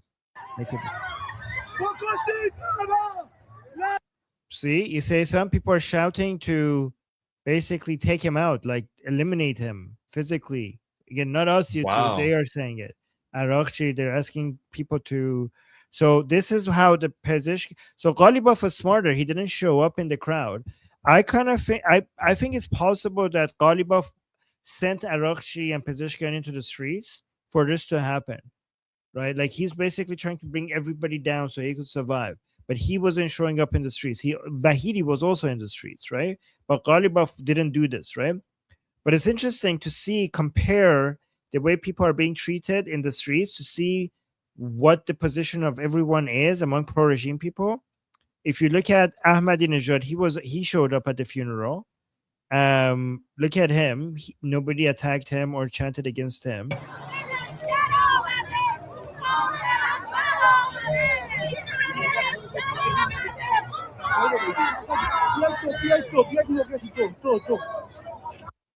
So Ahmadinejad didn't get any bad treatments, which shows his position among pro-regime people. But now I want to show you the last person, which is Jalili, the most important politician within the Paidari camp, right? Before I show that to you guys, the reaction of pro-regime people to different politicians in the streets shows you where everybody is at, right? So far I showed you Pezeshkian, right, the president. You saw that they really aggressively attacked him, and also IRGC, the foreign minister of the Islamic Republic, they attacked him as well. Then I showed you Ahmadinejad. He should be here, Ahmadinejad, the former president, which I think he's still very popular among many pro-regime people. But now I'm going to go to Jalili, this guy. Okay. This is a name that I kept on mentioning to you many, many times, and you have to remember him. He's the most important person within the Paidari camp, which is basically the ideological pressure camp of the Islamic Republic, right? So let's compare how those other people were treated. This guy represents the part of the Islamic Republic that is anti the deal, anti negotiations, anti MOU, for maximum aggression against the against Israel and United States, right? So this is him showing up, and look at the way he's being received by the crowd. So that's him. You see that over there? That's him. فدای تو بشم من جان من تو به قرآن من دیوانه به خدا والله آقای جلیلی من دیوانه به خدا تو رو خدا منطقه ما رو درست کن به خدا پدر ما رو دیوانه کنه. Okay, so there's two things about this. First of all, you see how well he's being received and how popular he is. This is the guy that is a celebrity among pro-regime people, okay? But it goes beyond being friendly to him. He first is very happy, but then he starts crying. And what does he say when he starts crying, right? So first is like, oh my God, I love you so much. And he kisses him. But then he starts crying and he says something else. Look at this. You can see the like his box. What's this box in English? Like when you have like your throat starts because you have a crying. His words got stuck in his throat. He like basically telling them, please save us. They're destroying us. They're destroying us. Ali, who do you think what he means when he says they're destroying us? Please help us. Ghalibaf.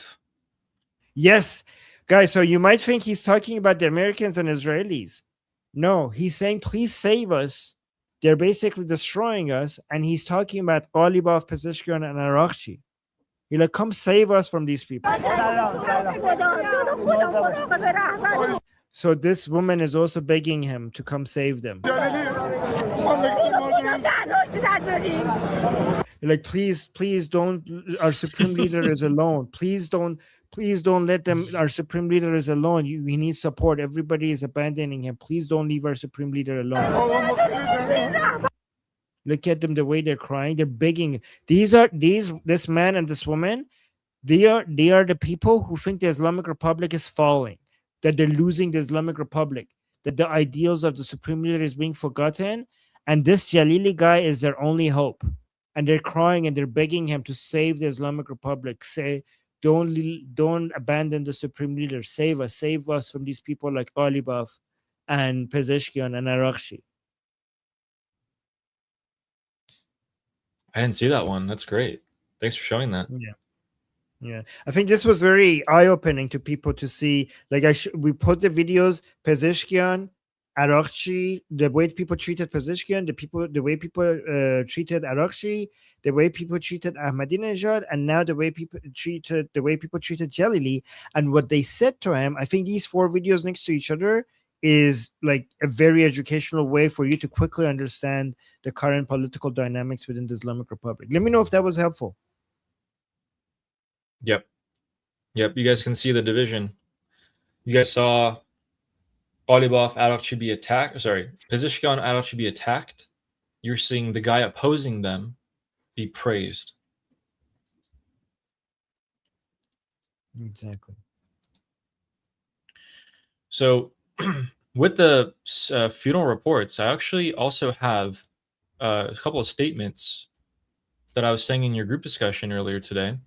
So there was a retiree. They went and interviewed multiple people, and a retiree in Iran went and tried to get his pension, his monthly pension from the bank, and he couldn't use his card. There was no money in his card. Like, it declined everything. He couldn't buy food or anything. So he goes to the bank, and he's like, "Give me cash. I'm going to withdraw some cash." And the clerk was like, "Oh, we're sorry. We can only withdraw 1 million toman from each account. That's nothing. It's nothing." And then he's like, "Well, I'm sick. I need to buy food, medicine, my family. What about that?" And they're like, the guy next to him in the bank is like, "Yeah, bro, they haven't given me interest for my money in the bank for 4 months now. I asked this clerk if I could transfer my money to another bank, and the clerk was like, nope, you can't at all. You can't take your money out of this bank at all." It's crazy. So they're linking the fact that the banks don't have money, people can't withdraw their money or move it, with the fact that the Islamic Republic just spent so much money on the funeral that ended up being a flop anyway. People are pretty much saying, you took our money, our normal citizens' bank money, and you spent it on the funeral. Now, why would they have to do that? Because they don't have money from anywhere else. That's why they would have to do that. And that was at the Fars group? The Fars group? Where was that person? That was from Eteraz Bazar. Oh, okay. Guys, so this is a bit right now within Iran. So many banks, when you go to get your money, they don't give you your money, and when you try to use your card doesn't work, right? And they said it's a hack, but many Iranians think like this is no hack. You just don't have the money. So many people thinking that the banks don't have the money, and they're saying we're being hacked and we're looking into it. I don't know exactly what's happening, but this is an ongoing issue. And it's like, then they come back on and then they go back off. And sometimes they limit the amount of money that you could withdraw, but they're not letting you withdraw everything. So a lot of Iranians thinking that, okay, they just don't have it. Exactly. Isn't that scary? By the way, guys, in Iran, most people's money is in the bank. Like, people don't hold cash because cash is like so big. It's just, you have to carry so much cash with you. People use cards more than cash in Iran. Like, most stores don't even accept cash. You have to bring your card because it's just crazy how the volume of the cash that you have to carry around to be able to buy things is ridiculous because of inflation. That's why everyone's money is in the bank. And now they're going to the bank and the bank is like, sorry. That is very scary. Imagine like you have bills to pay, you have to buy medicine, you have to buy food, and the bank is like, yep, sorry, technical difficulties. Your money is not available. What the fuck? So the fact of the matter is, yeah. So the fact of the matter is, a couple of weeks before Khamenei's funeral, which required hundreds of millions of dollars, just a few weeks before, the Islamic Republic is starting to tell people, you can't withdraw your money from the banks. Sorry, it's an electrical digital issue with the banks. You can't withdraw your money. It's been happening for weeks. So weeks before, the Islamic Republic tells people, hey, the money that you normal citizens have in your bank, forget about it. Then the funeral happens and everyone's like, wow, this is really extravagant and wasteful. And then even at right now, people are like, hey, I still can't access my money. Where do you guys think the money's gone? I'm pretty sure the Islamic Republic took this money, spent it on the funeral, and is now like, we got to get this money back. I don't think it's the funeral. I don't think it's a funeral. The funeral, even if it's costly, is very small compared to government budget. Yeah, I think it's the war, the blockade, the I don't know, the Chinese lack of demand for oil. I think it's those things mostly. I think for the funeral is basically salt on the wound because many Iranian people can't afford these things, and and they see the funeral. So it's just a symbol of the government ways. But compared to these other sources of revenue, I think that's not like significant relative to those. The proxies, like the money that they spend on their proxies, the billions of dollars that they spend on the proxies is so much more than the millions that they spent on the funeral. And by proxies, I mean it is on everything. Yeah. What kind of government is going to last if they don't have money? And when they start taking the citizens' money, that's a doomsday signal to any sort of, even if you're like super successful country and you got to that point, yeah, you're not doing so hot. So that's going to be an important thing we have to look out for. That's a big indicator. Money turns everything. It's the cog of the machine. So take a look at this. Armin, look at this. Lindsey Graham posted this picture that he found in the streets of Tehran from regime supporters. And he said, at least they used a good photo of me. Yeah, they got him. That's what I was saying. I like every face you see here, you know that these guys are somehow in some way bringing about the end of the Islamic Republic or extremely hated by the Islamic Republic.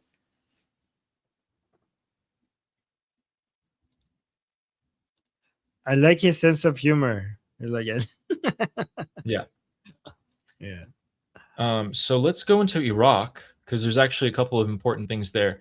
Right before we do that, guys, we saw Mojtaba. Look. Cope. So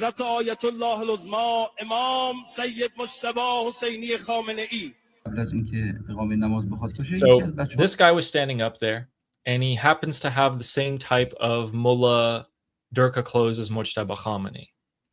And they read Mojtaba Khamenei, they announced his name at the same time that this guy's standing above the crowd, and the crowd goes wild, like, oh my God.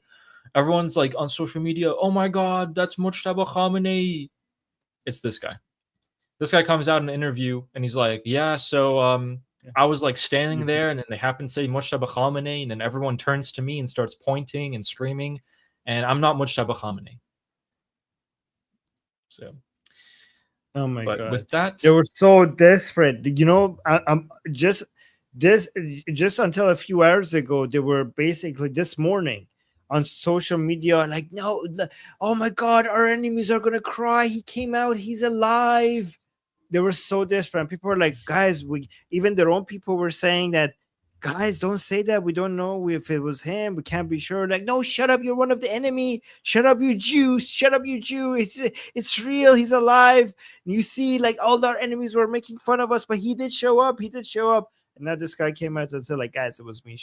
It's so embarrassing. It was so embarrassing how desperate they were to basically say Mojtaba came out.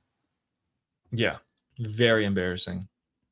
Yeah. And if we go into Iraq, we can see something even a bit more embarrassing, in my opinion. So, guys, let me just pause that. Actually, I don't want to hear that. So, guys, who's in this picture? Who's in this video right here? Oh my God, what is he doing? Can I there? mute that? Is there any way I can mute? No, I can't mute it. You hate that. You hate that. Oh man, I really hate that. Okay, anyway, I'm not gonna play it, guys. Look Ali- at this picture. Ali is so allergic to Durka sounds. It's physically painful. It really is. Guys, so many Iranians are like this. So many Iranians, when they hear this stuff, they just can't take it. They're so allergic to Islamic stuff. Yeah. Oh yeah.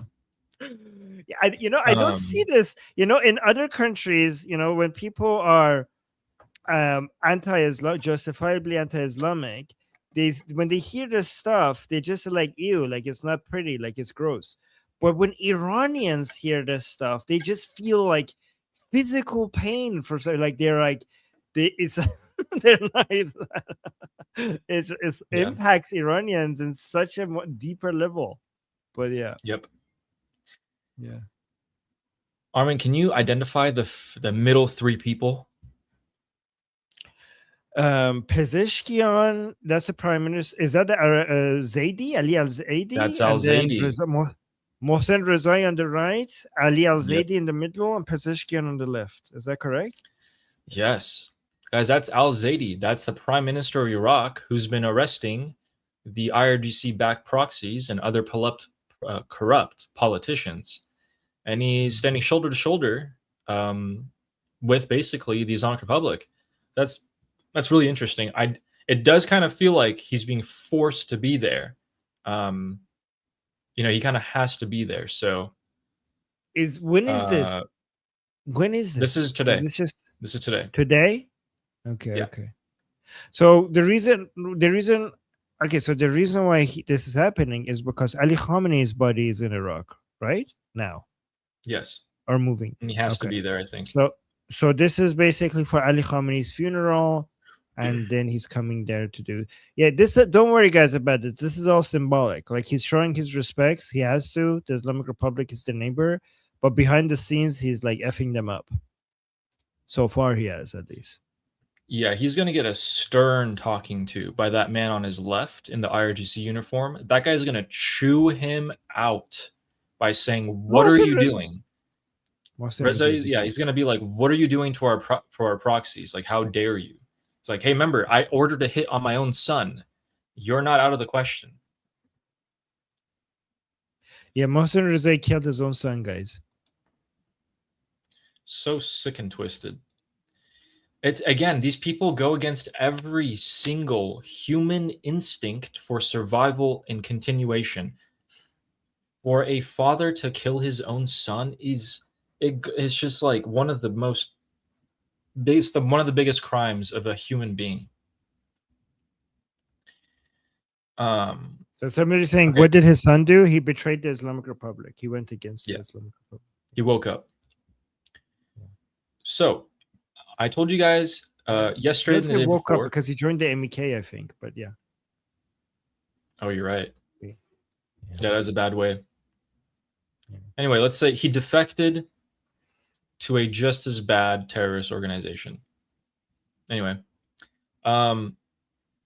guys, this is Qaani, and he has actually touched down in Iraq. Now, if you guys remember, I told you that the Iraqi government labeled him as persona non grata. You cannot enter Iraq. You will be arrested upon your arrival. He doesn't care. Here he is, stepping off the plane in Baghdad. Wait.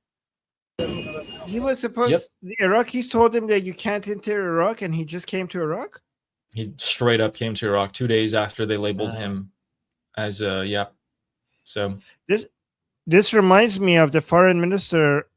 No, not the foreign minister. The ambassador of the Islamic Republic in Lebanon, and the Lebanese government said, "You're no longer welcome here. You have to leave." And he said, "I'm not leaving, and you cannot make me. And I'm still the ambassador." Remember that? So this is kind of This is proof that the Islamic Republic is an imperialist force, and it looks at Iraq as its colony. Because when the government of Iraq tells them that you're not welcome here, their response is that you have no power here. We are the power here. Yes. So if we put that side by side with this, we can still see that although Iraq is trying to free themselves from the claws of the Islamic Republic, that they are still vastly an underdog and very much weaker than just the IRGC proxies alone, much less the IRGC itself.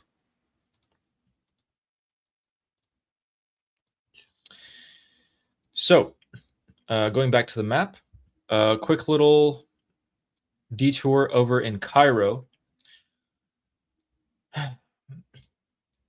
Mohammad Reza Shah Pahlavi, 47 years ago, passed away. The Egyptian government has declared that we have canceled all anniversary programs for the passing of Mohammad Reza Shah Pahlavi, which was held annually at Al-Rifai Mosque. Wow. Egyptian authorities have also said that Reza Pahlavi himself cannot enter Cairo for such a anniversary scenario. Any figure prominent in the Iranian opposition can also not show up in Cairo to pay respect for the annual anniversary of the passing of Mohammad Reza Shah Pahlavi. I don't know why Egypt did this. They have very little to gain and everything to lose in terms of the Iranian people's eyes by doing this. And it quite frankly enraged me reading this.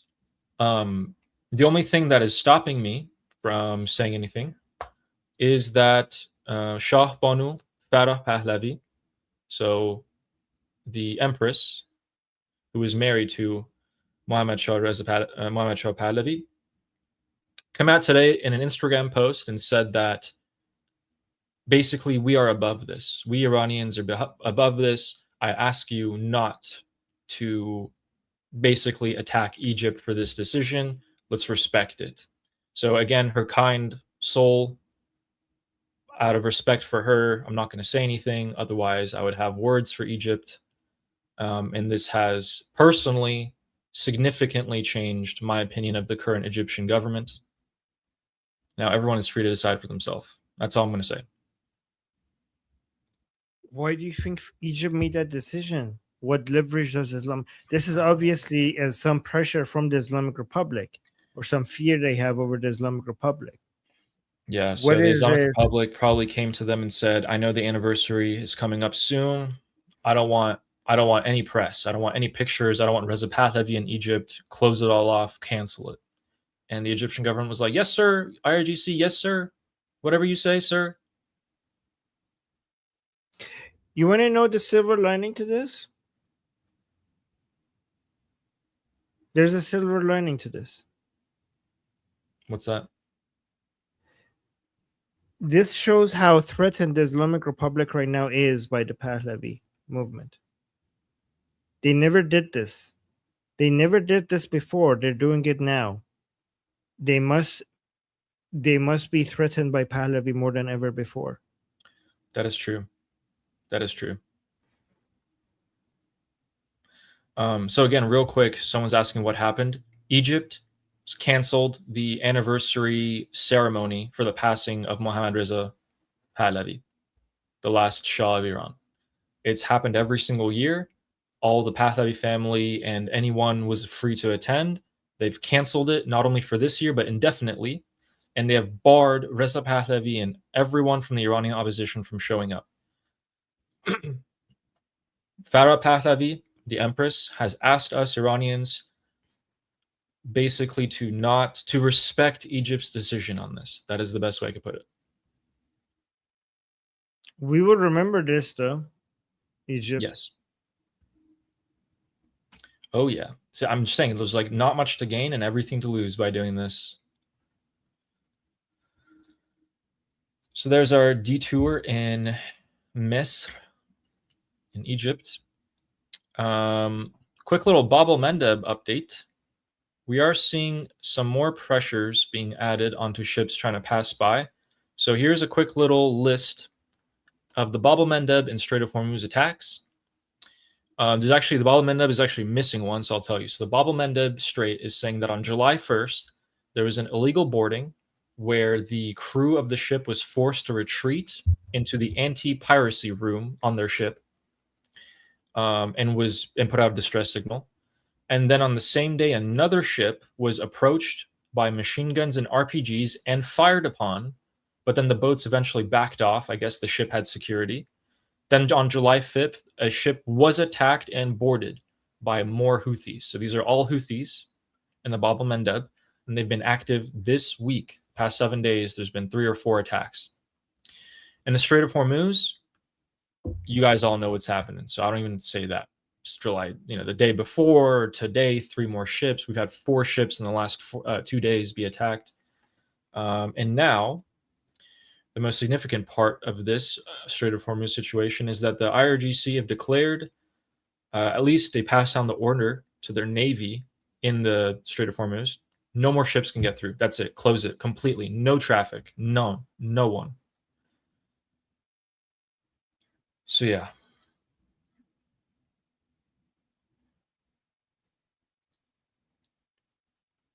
It's interesting that with all of this, oil prices is still not reaching 80. With all of this. Yeah. There's a bit of bizarre breaking news. There's a member of parliament in the Islamic Republic, Mojtaba Zarei, is calling for a suicide attack on Donald Trump while he's staying in Ankara, Turkey. And he said that, hey, Donald Trump is staying at the Marriott in Ankara, and the 23rd floor, attack it. Even if you have to be martyred. YouTube, we're not it. saying, we are not telling anybody to do this. We're reporting the news. This is on the news, and we're reporting what other people are saying. We are very concerned for President Trump's safety. Yeah, this is ridiculous that a member of parliament of the Islamic Republic is calling for that. Well, first of all, it's shocking but not surprising, is how I like to say it. Did you see the banner that they had in Iran at the funeral saying there's a $100 million reward for President Trump? With all the zeros. They drew all the zeros. Jeez. They said they said for the ending of the Epstein class. That's what they said. Yeah. It's very rich coming from them. Here, let me show it to you guys. For people who haven't seen this, look at this. So in Iran, at the funeral, they had this thing. So they had this big giant banner. So $100 million Trump bounty banner was unveiled in Qom. A banner reading 100 million bounty for Trump was displayed in religious city of Qom, but the body of slain Supreme Leader Ali Khamenei was brought as funeral ceremonies continued on Tuesday. Look at this.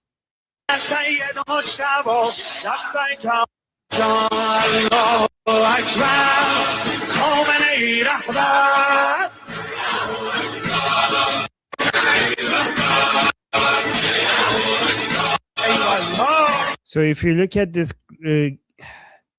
this yellow area, it says the end of Epstein class. This is very hypocritical for coming from people who had a prophet that raped a child. And then, yeah, guys, like look at the reward, $100 million. This is don't take this. This is a big threat, guys. Like President Trump already almost died a couple of times by amateurs. Even if they give 1% of this, then some professionals might become interested. So this is bad. This should be taken seriously. Yes. Agreed. Okay, so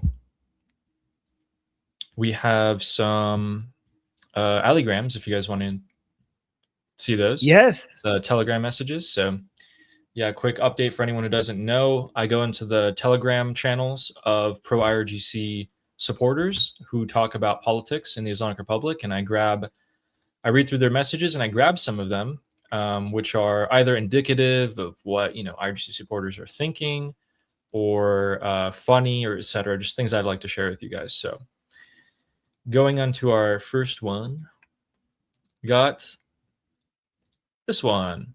So, close that. Okay.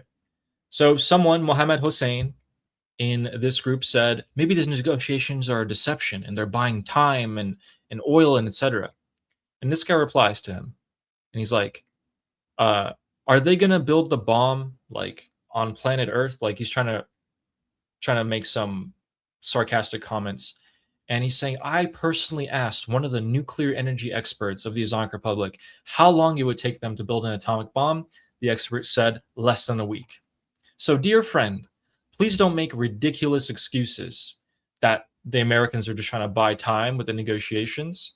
That's ridiculous. Why would you say that? Look at the Strait of Hormuz, though, however, and see how it's slipping away from us. That gives us more information. And sometimes the translations are a bit off. So he's saying, oh, nuclear, we can do that. We're good. We can build a bomb whenever we want. They're not buying time. But the Strait of Hormuz, that's more important than the nuclear bomb, and that's slipping away from us. And if you guys remember, we've been telling you for a while now that the Islamic Republic is realizing the Strait of Hormuz is their only card left to play. Their other cards are being systematically dismantled in Lebanon and Iraq and Yemen, and the Strait of Hormuz is right there on their doorstep with the most amount of leverage. So they're doubling down on that, and the supporters know that. Can I see the original version to make sure that the translation was right? Yeah. And just to be sure. مگه بمب خودم شخصا از یک کارشناس چقدر طول میکشه؟ گفت کم تازی هفته. اوکی لور دوست از لطفا توجیه مسخره نفرمایید. نگاه بود. Okay, yep, no, it was correct. Just want to make sure. Yeah. So he's saying, the more important thing is that they're taking the Strait of Hormuz. So basically, a summary is the pro-regime people think that the Americans are being successful at taking the Strait of Hormuz leverage away from them. That's what they think. Exactly. Yeah. Yeah. Yeah. They're more mad about the Strait of Hormuz at the moment. Okay, so quick emergency update. Actually, Pezeshkian has fled Iraq. He has just boarded a plane in Najaf and is urgently going back to Tehran. He abruptly left. Seems like the strikes in the Strait of Hormuz are spooking the Islamic Republic. And and another quick update. This isn't anything too important, but it is important. So Pete Hegseth is going to be in Israel on Wednesday, tomorrow. He will be meeting with Netanyahu and Israel Katz, the defense minister of Israel. And it looks like he's going to bring some Pentagon personnel with them. So important. Important. Wait, say that again. Say it again. Hegseth in Israel tomorrow, meeting with Netanyahu and Israel Katz. Okay. We'll see what we're gonna get some important speeches from that, I think. So important meetings coming up is that Pete Hegseth tomorrow in Israel, bringing some Pentagon officials with him, meeting with the top dogs of Israel. Next week, al-Zaidi, the prime minister of Iraq, who's arresting people left and right, and Bibi Netanyahu will be coming to Washington, D.C. and meeting with President Trump. President Trump is currently in a NATO summit discussing the Strait of Hormuz, nuclear weapons in Iran, and the Russia-Ukrainian war. That's what's happening right now. So this person in the group chat was saying, the idea of 3 people praying for Khamenei on 3 occasions in 3 different cities is ridiculous. Where in our deen, in our religion, is such a thing written? Where in the Quran or in which hadith is it mentioned? Then it is mentioned in the will that the leader or his son should be leading the prayers. What's up with this 3 people, different places thing? What does that even mean? This is Wanna read the such a Farsi? correct point. This person knows his religious. Yes, this person knows. Wow, good job, guys. This person knows the Shia Islam very well, and so many people who are actually more knowledgeable about Islam, because many followers of the Islamic Republic, they just know Islam on a certain the surface level. But there are many more religious, observant members of of Islam and the followers of the Islamic Republic who are right now complaining on social media that why did we have 3 namaz mayyit? So when somebody dies, you're supposed to do namaz mayyit, which is a prayer upon the dead body. Okay, before when somebody dies, you're supposed to do that for them, right? And you're supposed to do it once, not twice, not 3 times. You're supposed to do it once. But on Ali Khamenei's body, they did it 3 times. And they're asking the regime, like, what are you doing? This is un-Islamic. You can't do it 3 times. And the Islamic Republic is saying that, oh, we think it's a good idea because they're different cities. We need to have it in different cities. So, and they're like, oh, you thought it was a good idea to just violate the laws of Islam for marketing reasons? Like, this is un-Islamic. You can't just do that. They're like, but the Islamic Republic is like, but we wanted other people to also experience this. They're like, what the hell are you? You're violating the laws of Islam. This is the laws of Islam. You can't violate the laws of Islam for marketing purposes, right? And also, he's pointing out that that it was supposed for the supreme leader, that prayer should either be done by his son or the supreme leader, which in this case is they're the same person. And like the fact that he didn't, like Mojtaba didn't do the death prayer, what do you call it in English, is like, why is he not alive? Like, why is he not doing it? He is religiously, he's supposed to be doing it. Why is Mojtaba Khamenei not there when all of the other top figures of the Islamic Republic are? If it was a security issue, well, you don't have that excuse anymore because everyone else is there in the same spot at the same time. Also, Ali Khamenei had 4 sons. Why didn't any of them read it? Interesting point. Yeah, oh yeah, that's a good point. That's a good point. And by the way, he's challenging the regime. This Muslim guy is like, show me where this is okay. Bring me the Quran verse. Bring me the hadith. This is not okay. If it is okay, show me the hadith that makes this okay. Yep. So that's one more crack, ideological crack in the regime for there. And then we have another person here where the news was posted about Pezeshkian saying, we're not the cause of regional instability the US and Israel is. And then this guy replies, and he's like, the supreme leader said that the solution in general is to not talk to them. We don't negotiate with Americans and Israelis. We don't do that. We will give our lives and the soldiers of this country to put them in their place. So we don't talk to them, the supreme leader said. Why are we negotiating? That was largely Ali Khamenei's position. No negotiations with the Americans. And then boom, you guys are negotiating with the Americans instead of giving our lives and being martyrs. And then he's talking about IRGC, and he's saying, but you go on Twitter and express your helplessness or make nonsense statements like IRGC, who constantly plays with WhatsApp and Twitter, that we want to negotiate. And then he says, curse America. Then he says, okay, I'm going to do what Trump says. Because remember when Trump reposted IRGC's statement? Like, people don't forget about that. Don't you know how to talk? Do you not know how not to talk? I'm going to put this in Farsi so you can read it too. Again, guys, the translations are a little bit loose. It's hard to translate directly from Farsi into English. رهبر گفتن راه حل اینه که با اینا حرف نزنید. ما جانمون رو سربازان این کشور رو میدیم که سر جایشون بنشینن. ولی شما هی میرید توییتر اظهار عجب میکنید یا اظهارات چرند و پرند عراقچی. You're like, yeah, so yeah, basically it's correct. Our supreme leader said, don't talk to our enemies. in case we give our soldiers to sit where they are and do what they're supposed to do, basically. And he said, but then you go on Twitter and you just say whatever you want, whatever nonsense you want to say, you go and say it on Twitter. And Iraqi Mojtaba WhatsApp and Twitter, but Iraqi is always on WhatsApp and Twitter. He's just playing with his WhatsApp and Twitter because, guys, Iraqi apparently has direct connection to the Americans on WhatsApp. Right? He's like it's been confirmed apparently. Yeah, it's a wake call. He's talking to the American on WhatsApp, right? Saying Iraqi is constantly on Twitter and WhatsApp, and he's always negotiating.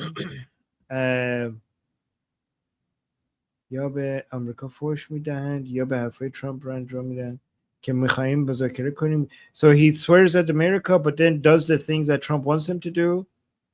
If he's like, if you don't know how to speak, do you also not know how to speak, like how not to speak? So basically saying, if you don't know how to speak, just shut up. Like, just shut up. They're very frustrated. Yeah. And then we have one of the biggest positions of regime supporters. So a lot of people are just saying revenge, against the Americans or whatever.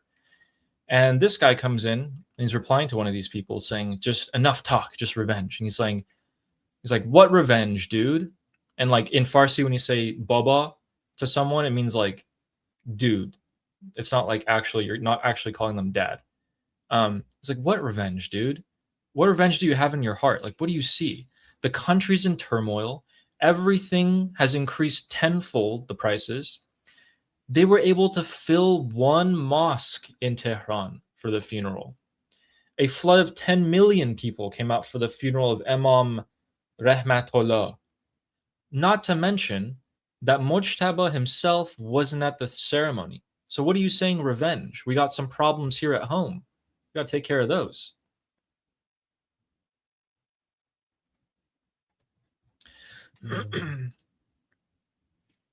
And then we just have a couple more. So this person is saying, negotiations will not achieve revenge for our martyred leader, nor will they lift sanctions or make things cheaper again. The past few weeks has been filled with nonsense, but they can't even give us our own money in the bank. And the Qatari spokesman denied Pezeshkian's words about the billions of frozen assets being freed up, and the Strait of Hormuz is slipping away from us. So again, this is the whole, a lot of people are talking about, let's just get revenge. And then there's people being like, what the hell are you talking about? What do you mean revenge? We got problems at home. We got money problems at home. What are you talking about, revenge?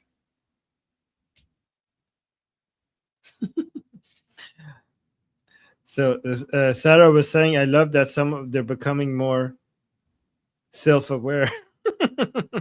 Yeah, very true. And then we have our last one here. So this guy was saying about the extremists. By the way, before you say that, before you read that, I have some infuriating videos for you guys to watch. If Ali, if you don't mind, after this, I want to show you a few videos about how Americans shouldn't think that it's only Europe that is being Islamized, and you're next if you don't defend your country. And I want to show you some videos that demonstrate that. But go on. Interesting. Okay. This guy's saying, okay, I want to talk about the people in the streets cursing and attacking Pezeshkian and Ghalibaf and Iraqi, and also online. Okay. So all these people, I'm going to tell you this. I'm telling you, be careful for all of you cursing Ghalibaf and all them. If an agreement is reached and war breaks out again, Israel is just going to kill all the political and military officials of the Islamic Republic. And this time they'll finish the job. It doesn't make a difference to Israel which official is in favor of the negotiations or which of them is against. Israel's going to kill everyone and finish the job. So he's saying, for all the people trying to spread discord within the Islamic Republic, just remember that our enemy won't differentiate between who's who. They'll kill everyone, all of us. So let's stick together. I think they're becoming self-aware. He's even more right than he realizes. I think Israel will go after the people who are pro-negotiations first, because they are Yes. the ones who are stopping the continuation of the military operation. They're like, oh, you think the ones who are negotiating would be spared? They would treat us all the same. No, no, no, no, no, no, no, no. You were so close. You were so close. No, no, no, no, no, no. The ones who are negotiating are the first to go. The ones who are negotiating are a priority for Israel, because those are the mother tuckers who keep stopping the military operations. Those are on the priority list. Yep. Yes. Exactly. Right. So those were the general United States- sentiments. Unless United States puts them on the no-kill list. True. And then even then, hopefully they'll be spared, is at least what they're thinking. So those are the general sentiments of the regime supporters in the past 3 days.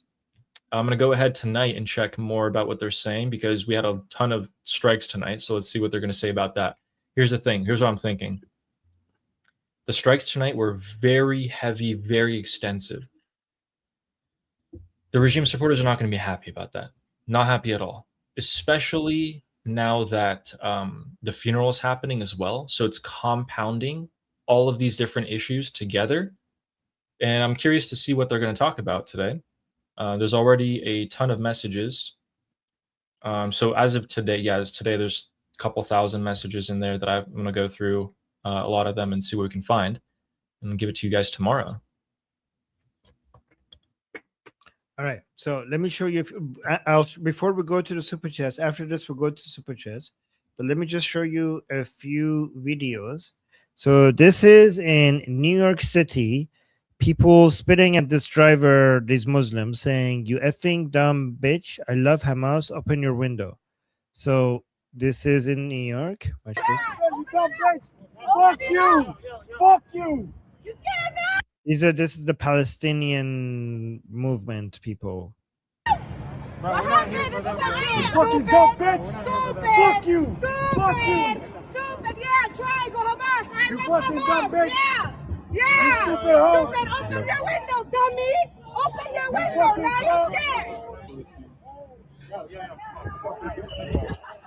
Bro, if you're here for them, stay with them. If you're here for the food, go to the You dumb bitch! Fuck you! Okay. So how many of you know Sneeko? Ali, do you know Sneeko? I do. Okay, so this video just came out from him recently. He's very popular. He has a huge audience. Okay, he's a big influencer. He's Muslim. He's a Muslim convert. This video of him just recently went viral. Yeah, Guys, for those of you who don't know who he is, he's also anti-Zionist. Like, he's a very big pro-Palestine, pro-terrorism person. Obviously, yeah. And this is a recent video of him that just went viral. He's in the United States, right? He's American, unfortunately, in Miami, I think. But look at this. Takbir! Allahu Akbar!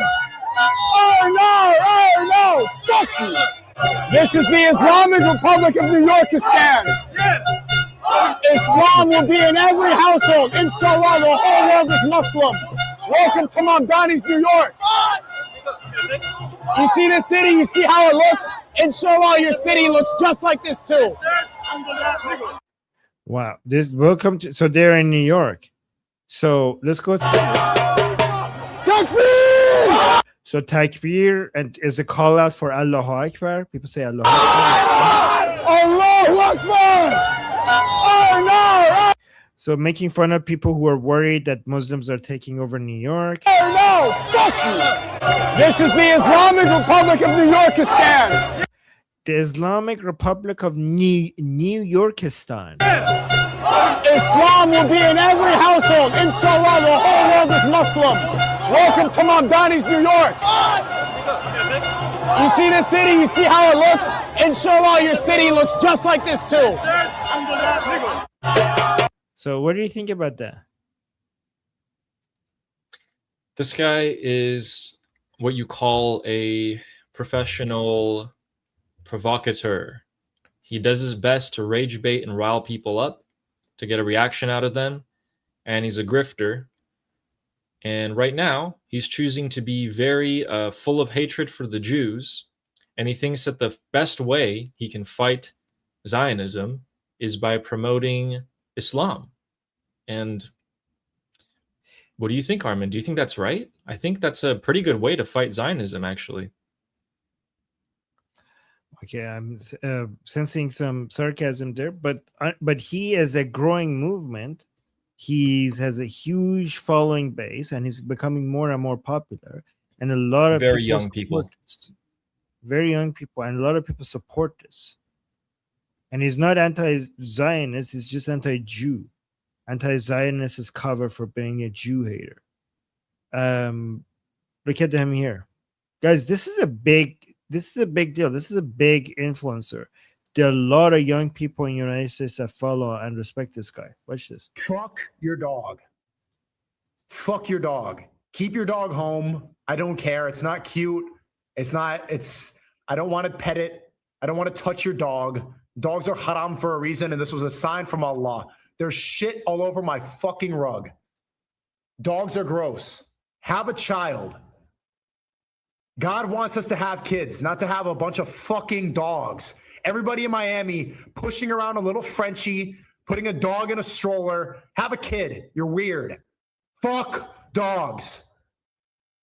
Fuck dogs. Fuck your. So yeah, we need to show this to more people because we need more people to see what's coming. This is just the beginning, guys. This is just the beginning. And this is not just social media. These people who are being influenced by this, they vote. And they vote as a block. Okay, I have more from this guy. But it's a reminder that this life is short. And so Khomeini, if he did die, if you died in this act, especially during the holy month of Ramadan, inshallah, he gets the highest rank in Jannah, and he gets eternal paradise. He gets the highest rank, he gets martyrdom. That's the highest achievement we can get. But it's a reminder that this life is short. And so Khomeini, if oh, by the way, in response to this video that he came out, that video is when Khamenei died, so that one was older. But in this video of him in New York, this is new. And he actually came up with a response to all the attention that video is getting. Let's see how he responds to all the attention that video, because that video is going viral. People are saying you're putting a target on Muslims. They clearly are trying to incite a race war right now. I predicted that Elon Musk was going to respond to this because he promoted. Oh, Elon Musk responded to that video that we watched earlier, right? So that's why that video is going viral. People are saying you're putting a target on Muslims. They clearly are trying to incite a race war right now. I predicted that Elon Musk was going to respond to this because he promoted that movie that's inspiring the murder of Muslims. These people are so obviously trying to incite more violence. What did I say that was wrong? The one thing I'll admit I said was wrong was I cursed and I said F you. The reason why, and I was going, oh no, is because Australia banned me from their country because I'm too anti-Semitic because of criticism of Israel. Egypt beat Australia, and so I go, oh no, because Australia banned me. It's personal. I should not have cursed. Other than that, there's not one word I said incorrect. Not one. I love you, but it adds fuel to the fire. Look what Trump just tweeted last night. Nico. This right here. Oh, yeah. By the way, this Trump posted this showing this is a school in Minnesota, and every single girl in that school is hijabi. Look at this. President Trump posted this. This is actually a good post because you look at this. This is a public school in Minnesota. Every single girl in that school is hijabi. At 5 a.m. last night, Trump tweets a photo of these kindergarten girls in Minnesota. Public school in St. Paul, Minnesota. Every girl is in a hijab in kindergarten. The ironic part, the name of this account is called End Wokeness. End Wokeness. You see the issue? How is it ending wokeness to want to get rid of the hijab? The hijab's not woke. This is what conservative is. These people No, the hijab is woke because the wokes are letting the barbarians in. You. aren't right wing. They have no conservative values. If they were conservative, they'd be happy that The woke doesn't care that you're conservative. You're the barbarians who is going against the imperial forces that they want to take down. Imperial in their perspective. It's not about being conservative. It's about being anti-American. You're anti-American, so they use you. these kindergarteners are dressing modestly. It wasn't enough for Donald Trump to attack and kill with a double tap missile, Tomahawk missiles at that school in Mojtaba, 160 girls. It wasn't enough. He needed to attack more kindergarten girls at 5 a.m. They're just there in kindergarten existing. What is wrong with this? What is wrong with this? This shows a demographic shift of the United States. These girls are innocent, but the fact that every single girl is hijabi shows a huge, significant, fast demographic shift of parents. They're innocent, but their parents, it's not these girls are not the problem. They're garbage parents that put hijab on a child to stop being sexually attractive to men, as if children are sexual objects. That is the problem. Like, what's wrong with these children? The problem with these children are they're the victims of their disgusting parents who think children need to be in hijab. They're the victims. They're not the source of the problem. The parents are. Well, they're wearing a hijab under their graduation outfits. Yeah, these people are sick in the head. You're sick in the head who thinks that the child is a sex object that needs hijab. The whole point of hijab is stopping you guys from raping children, because they think that they think a child is sexually attractive. The whole point of a hijab is to make somebody not sexually attractive. By putting it on a child, you're saying children are sexually attractive. You're the one who's sick in the head. Sick. They hate Muslims. They hate them. Hate us. Not adding fuel to the fire. They have made it clear what their objective is. They're going to ramp up the anti-Islamic propaganda to justify war. They've done it before and they're doing it again. As Muslims, we're not supposed to show fear. As Muslims, we're supposed to speak the truth even when it's difficult. Even in the face of tyranny, you say the truth. La ilaha illallah. So the truth apparently to him is that United States will be taken over by Islam. Thank you for clarifying that. That's important for us to know. Do you think it was easy for the companions? Do you know how much the Prophet... Anyways, I don't care about the rest. So just wanted you guys to know, more Americans, I know you guys know that this is happening in America, but I think more Americans need to wake up if you don't want to become more like the UK, because it's coming for you. It's coming for you fast. It's coming to you very, very fast. So the thing is that he says they're coming for us. Like, he's saying, I'm a Muslim. I'm like all the other Muslims, which is really funny, because if he's a convert or revert, as how Muslims see him, they see him very differently than like a natural born Muslim. He says they're coming for us right after he came out and said that all of your countries are going to be Muslim. Buddy, it seems you're coming for. It seems like you're coming for us. Like, oh no, they're coming for us. You just said that you're going to dominate the entire world with Islam. They're not coming for you. You're coming for them. That's his loop. He'll come out and say something really controversial, and he'll construct it in a way that he knows will get a lot of bad reactions from people. And then he reacts to those reactions and basically just keeps on rage baiting people. And that's his content loop, basically. So that's who he is. Again, it's great. The internet exists. All this is documented. But the worrying thing about someone like that, most of his viewers are very young boys, like 14, like even 10 to like 20, I would say, is his majority of his audience, from 10 to 20 years old. So teenage men. They're watching this most days of their life, that Jews bad, Islam good. Hundreds of thousands of them. That is the damage. Think about that. Let's go through the super chats. Okay, so we got Sarah Ocean here. Thank you for the super chat saying regime's cracks are deepening. Time is running out. Sarah's right. Compare right now everything you guys have been hearing in this past 2 weeks on our stream. Compare it with what you were hearing months ago, and you can see just how far we've come, where prominent politicians of the Islamic Republic are being attacked on the street when the turnout for Khamenei's funeral is 0.2% of the population. Things aren't looking so good for them politically and ideologically. We're approaching a explosion. We're approaching that like crossroads where something has to happen. Thank you, Sarah.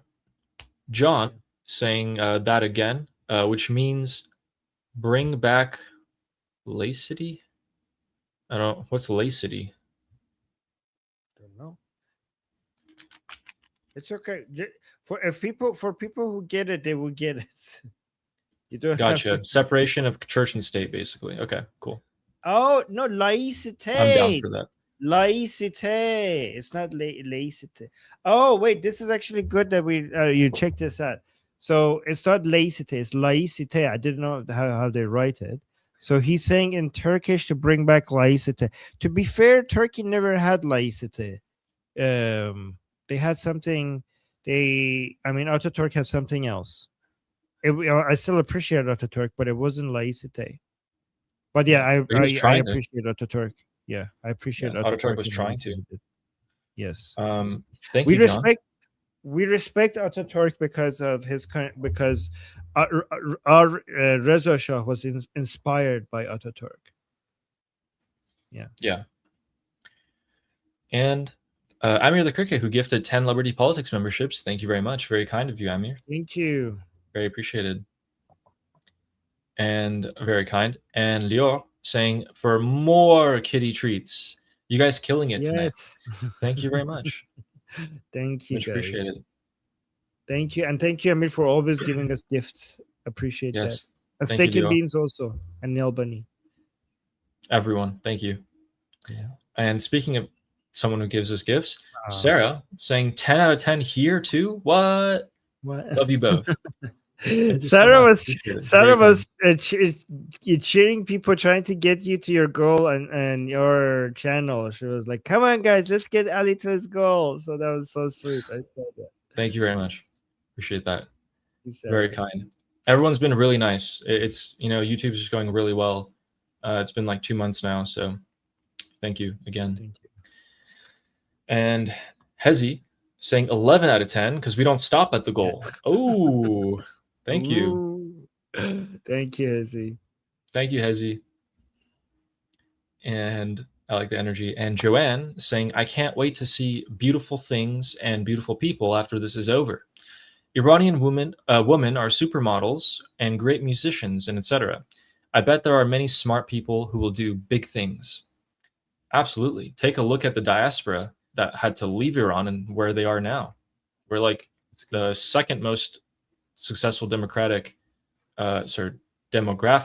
in the United States and in most countries around the world. That's true. That's good evidence. Good point. Thank you. Thank you for that super chat. And Miss Hypnotic saying they took off and left Khamenei's body in Iraq. Yeah, I don't know. That's a good question. The only report is saying that Pezeshkian suddenly took off for the airport and got in a plane and left back to Tehran. Is the body with him? I don't know. I think given what's really bad. I know, but Ali, given that, to be fair to them though, given what's left, given the weight of the coffin, I think you could just put Ali Khamenei in your pocket if you have to go. Like, it's actually pretty easy. Like, I think whatever left of Ali Khamenei is probably this big. You could just put it in the box and then just grab it and go with you. Yeah. True. But if it doesn't melt in your, imagine it's on ice and like, guys, we have to go. Like, well, no time to bring all of that. Just give it to me and just put it in some pocket, and it starts melting in his pocket. And then he puts his hand in his pocket, like, ew, it's all gooey. and I have Ali Khamenei all over his pants. Oof. Okay. It's just Okay. melting all Okay. over her. Okay. But what do you think about it being? What do you think about people attacking Pezeshkian now and being like, you left the body of the supreme leader in Iraq and you came back on your own? You were that scared of the Americans? What does that look like for us? You're embarrassing all of the Islamic Republic. Like I know they're gonna say that. I'm waiting for it. Yeah, he's gonna say it wasn't my responsibility. Other people are taking care of the body. Yeah. And good point, Miss Hypnotic. And Casey Pierce saying, loved watching Sean Strickland beat up Sneeko. Oh, I like that too. Oh. Yeah, so Sean Strickland Wait, is no, an MMA fighter. Nope. Oh, okay. And what is MMA? Okay, I thought it was like a street fight or something. Yeah, so in a boxing ring, they sparred, and Sneeko lost that spar. Let me just say that. Yeah. If you guys watch the clips that Armin just showed you, just search up Sean Strickland Sneeko and watch that clip on YouTube or anywhere. You'll feel so much better. Thank you, Casey. Thank you. And Shauna saying, why are 5-year-old girls being objectified by being put in the headdress? Yeah, Armin, why is that? Why is that? Because according to the Quran, they're all ready for marriage, and therefore they're all ready. Sexually attractive, apparently, according to Islam. And guys, it's not 9. It's below 9. It's 9 according to the Hadith. According to the Quran, you could go as young as you want. So the Quran is even worse than the Hadith. So Quranically, even 5 is allowed. Yep. Oh, and thank you, Shauna. Thank you. That's a great point. And Joliet is saying, what happened to the Spear of Destiny? Did the Islamic Republic say that there was like a Spear of Destiny or something? That they were going to attack with? I thought this is a cultural reference that you know. Anybody could help us out here? Spear of Destiny. The Holy Lance. That's what they apparently killed Jesus with. Oh, the thing that went in the side. Yeah, that's the Spear of Destiny. Gotcha. Why are you giving such an epic name to somebody that did something evil? I don't know. I don't know what happened to it. Spear of wickedness and evil, and I don't know. Spear of Destiny. You need to work on your brand, naming things. I don't know what happened to it, I'll be honest. Maybe the Christians would know.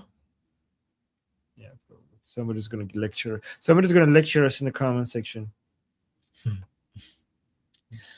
And our last super chat here saying from Jagatai, thanks for the super chat, saying, when are we getting Samantha-grams? Gonna be fun. Samantha-grams. Yes. But Samantha is our spy among commies now. She said, because Samantha used to be in a communist cult, now she's going to go into meetings of commies. Code Pink is going to China in October, and they're going to have their meetings live, and she's going to go there and take notes, and she's going to come and report to us regarding what the anti-Westerners, what their plans are. Wow. Okay. Yeah. Interesting. Yeah. Well, she's here in the chat. She's saying shalom. So yeah, Jewish Samantha is our spy in the communist groups. She's going to prepare reports for us and come tell us what's happening and what they're doing in their meetings and what their plans are against America. Sweet. Yeah. So you're the Durka spy, and Samantha is going to be the communist spy. Sweet. We'll know everything that's happening from the green-red alliance. Yes, and brown. Don't forget the brown. Of course. Okay. Oh, wait. So with that, guys, yeah, please subscribe to Motorpool Grease Monkey. He's our latest Yes. addition to Liberty Politics. And the goal of Liberty Politics is to achieve a very specific ideological goal, which is not only to counter Islam and make people aware of what Islam really is, but it's also to promote all values and ideals for liberty, for the freedom of humanity, wherever you might be.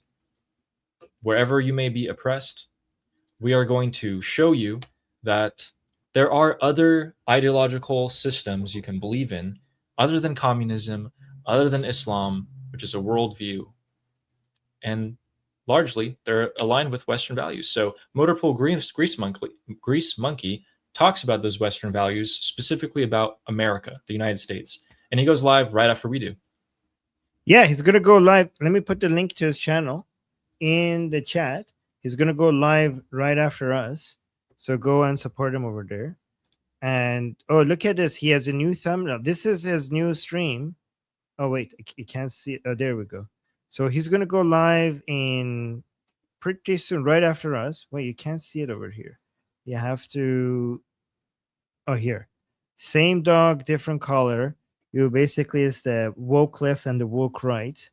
And you can see Putin and the CCP holding the collar to their neck. So he's going to talk about, it's kind of like the horseshoe theory.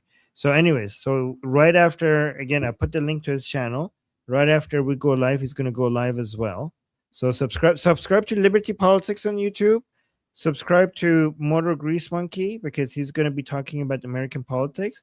And subscribe to Ali as well. Ali is at, oh, by the way, Grease Monkey reached his goal for today. Look at this. He was trying to get to 450 today. Sweet. And he got there. Yeah, so we're trying to get him to 1,000 so he could monetize his channel. Ali is on his way to 10,000. Let me go put Ali's I'm at 2,000. We're getting there. Yes. So I'll put the link to Ali's channel in the chat as well. Go subscribe to him. Get him to 10,000. Yes, and again, thank you guys so much for watching the stream as you have for the past.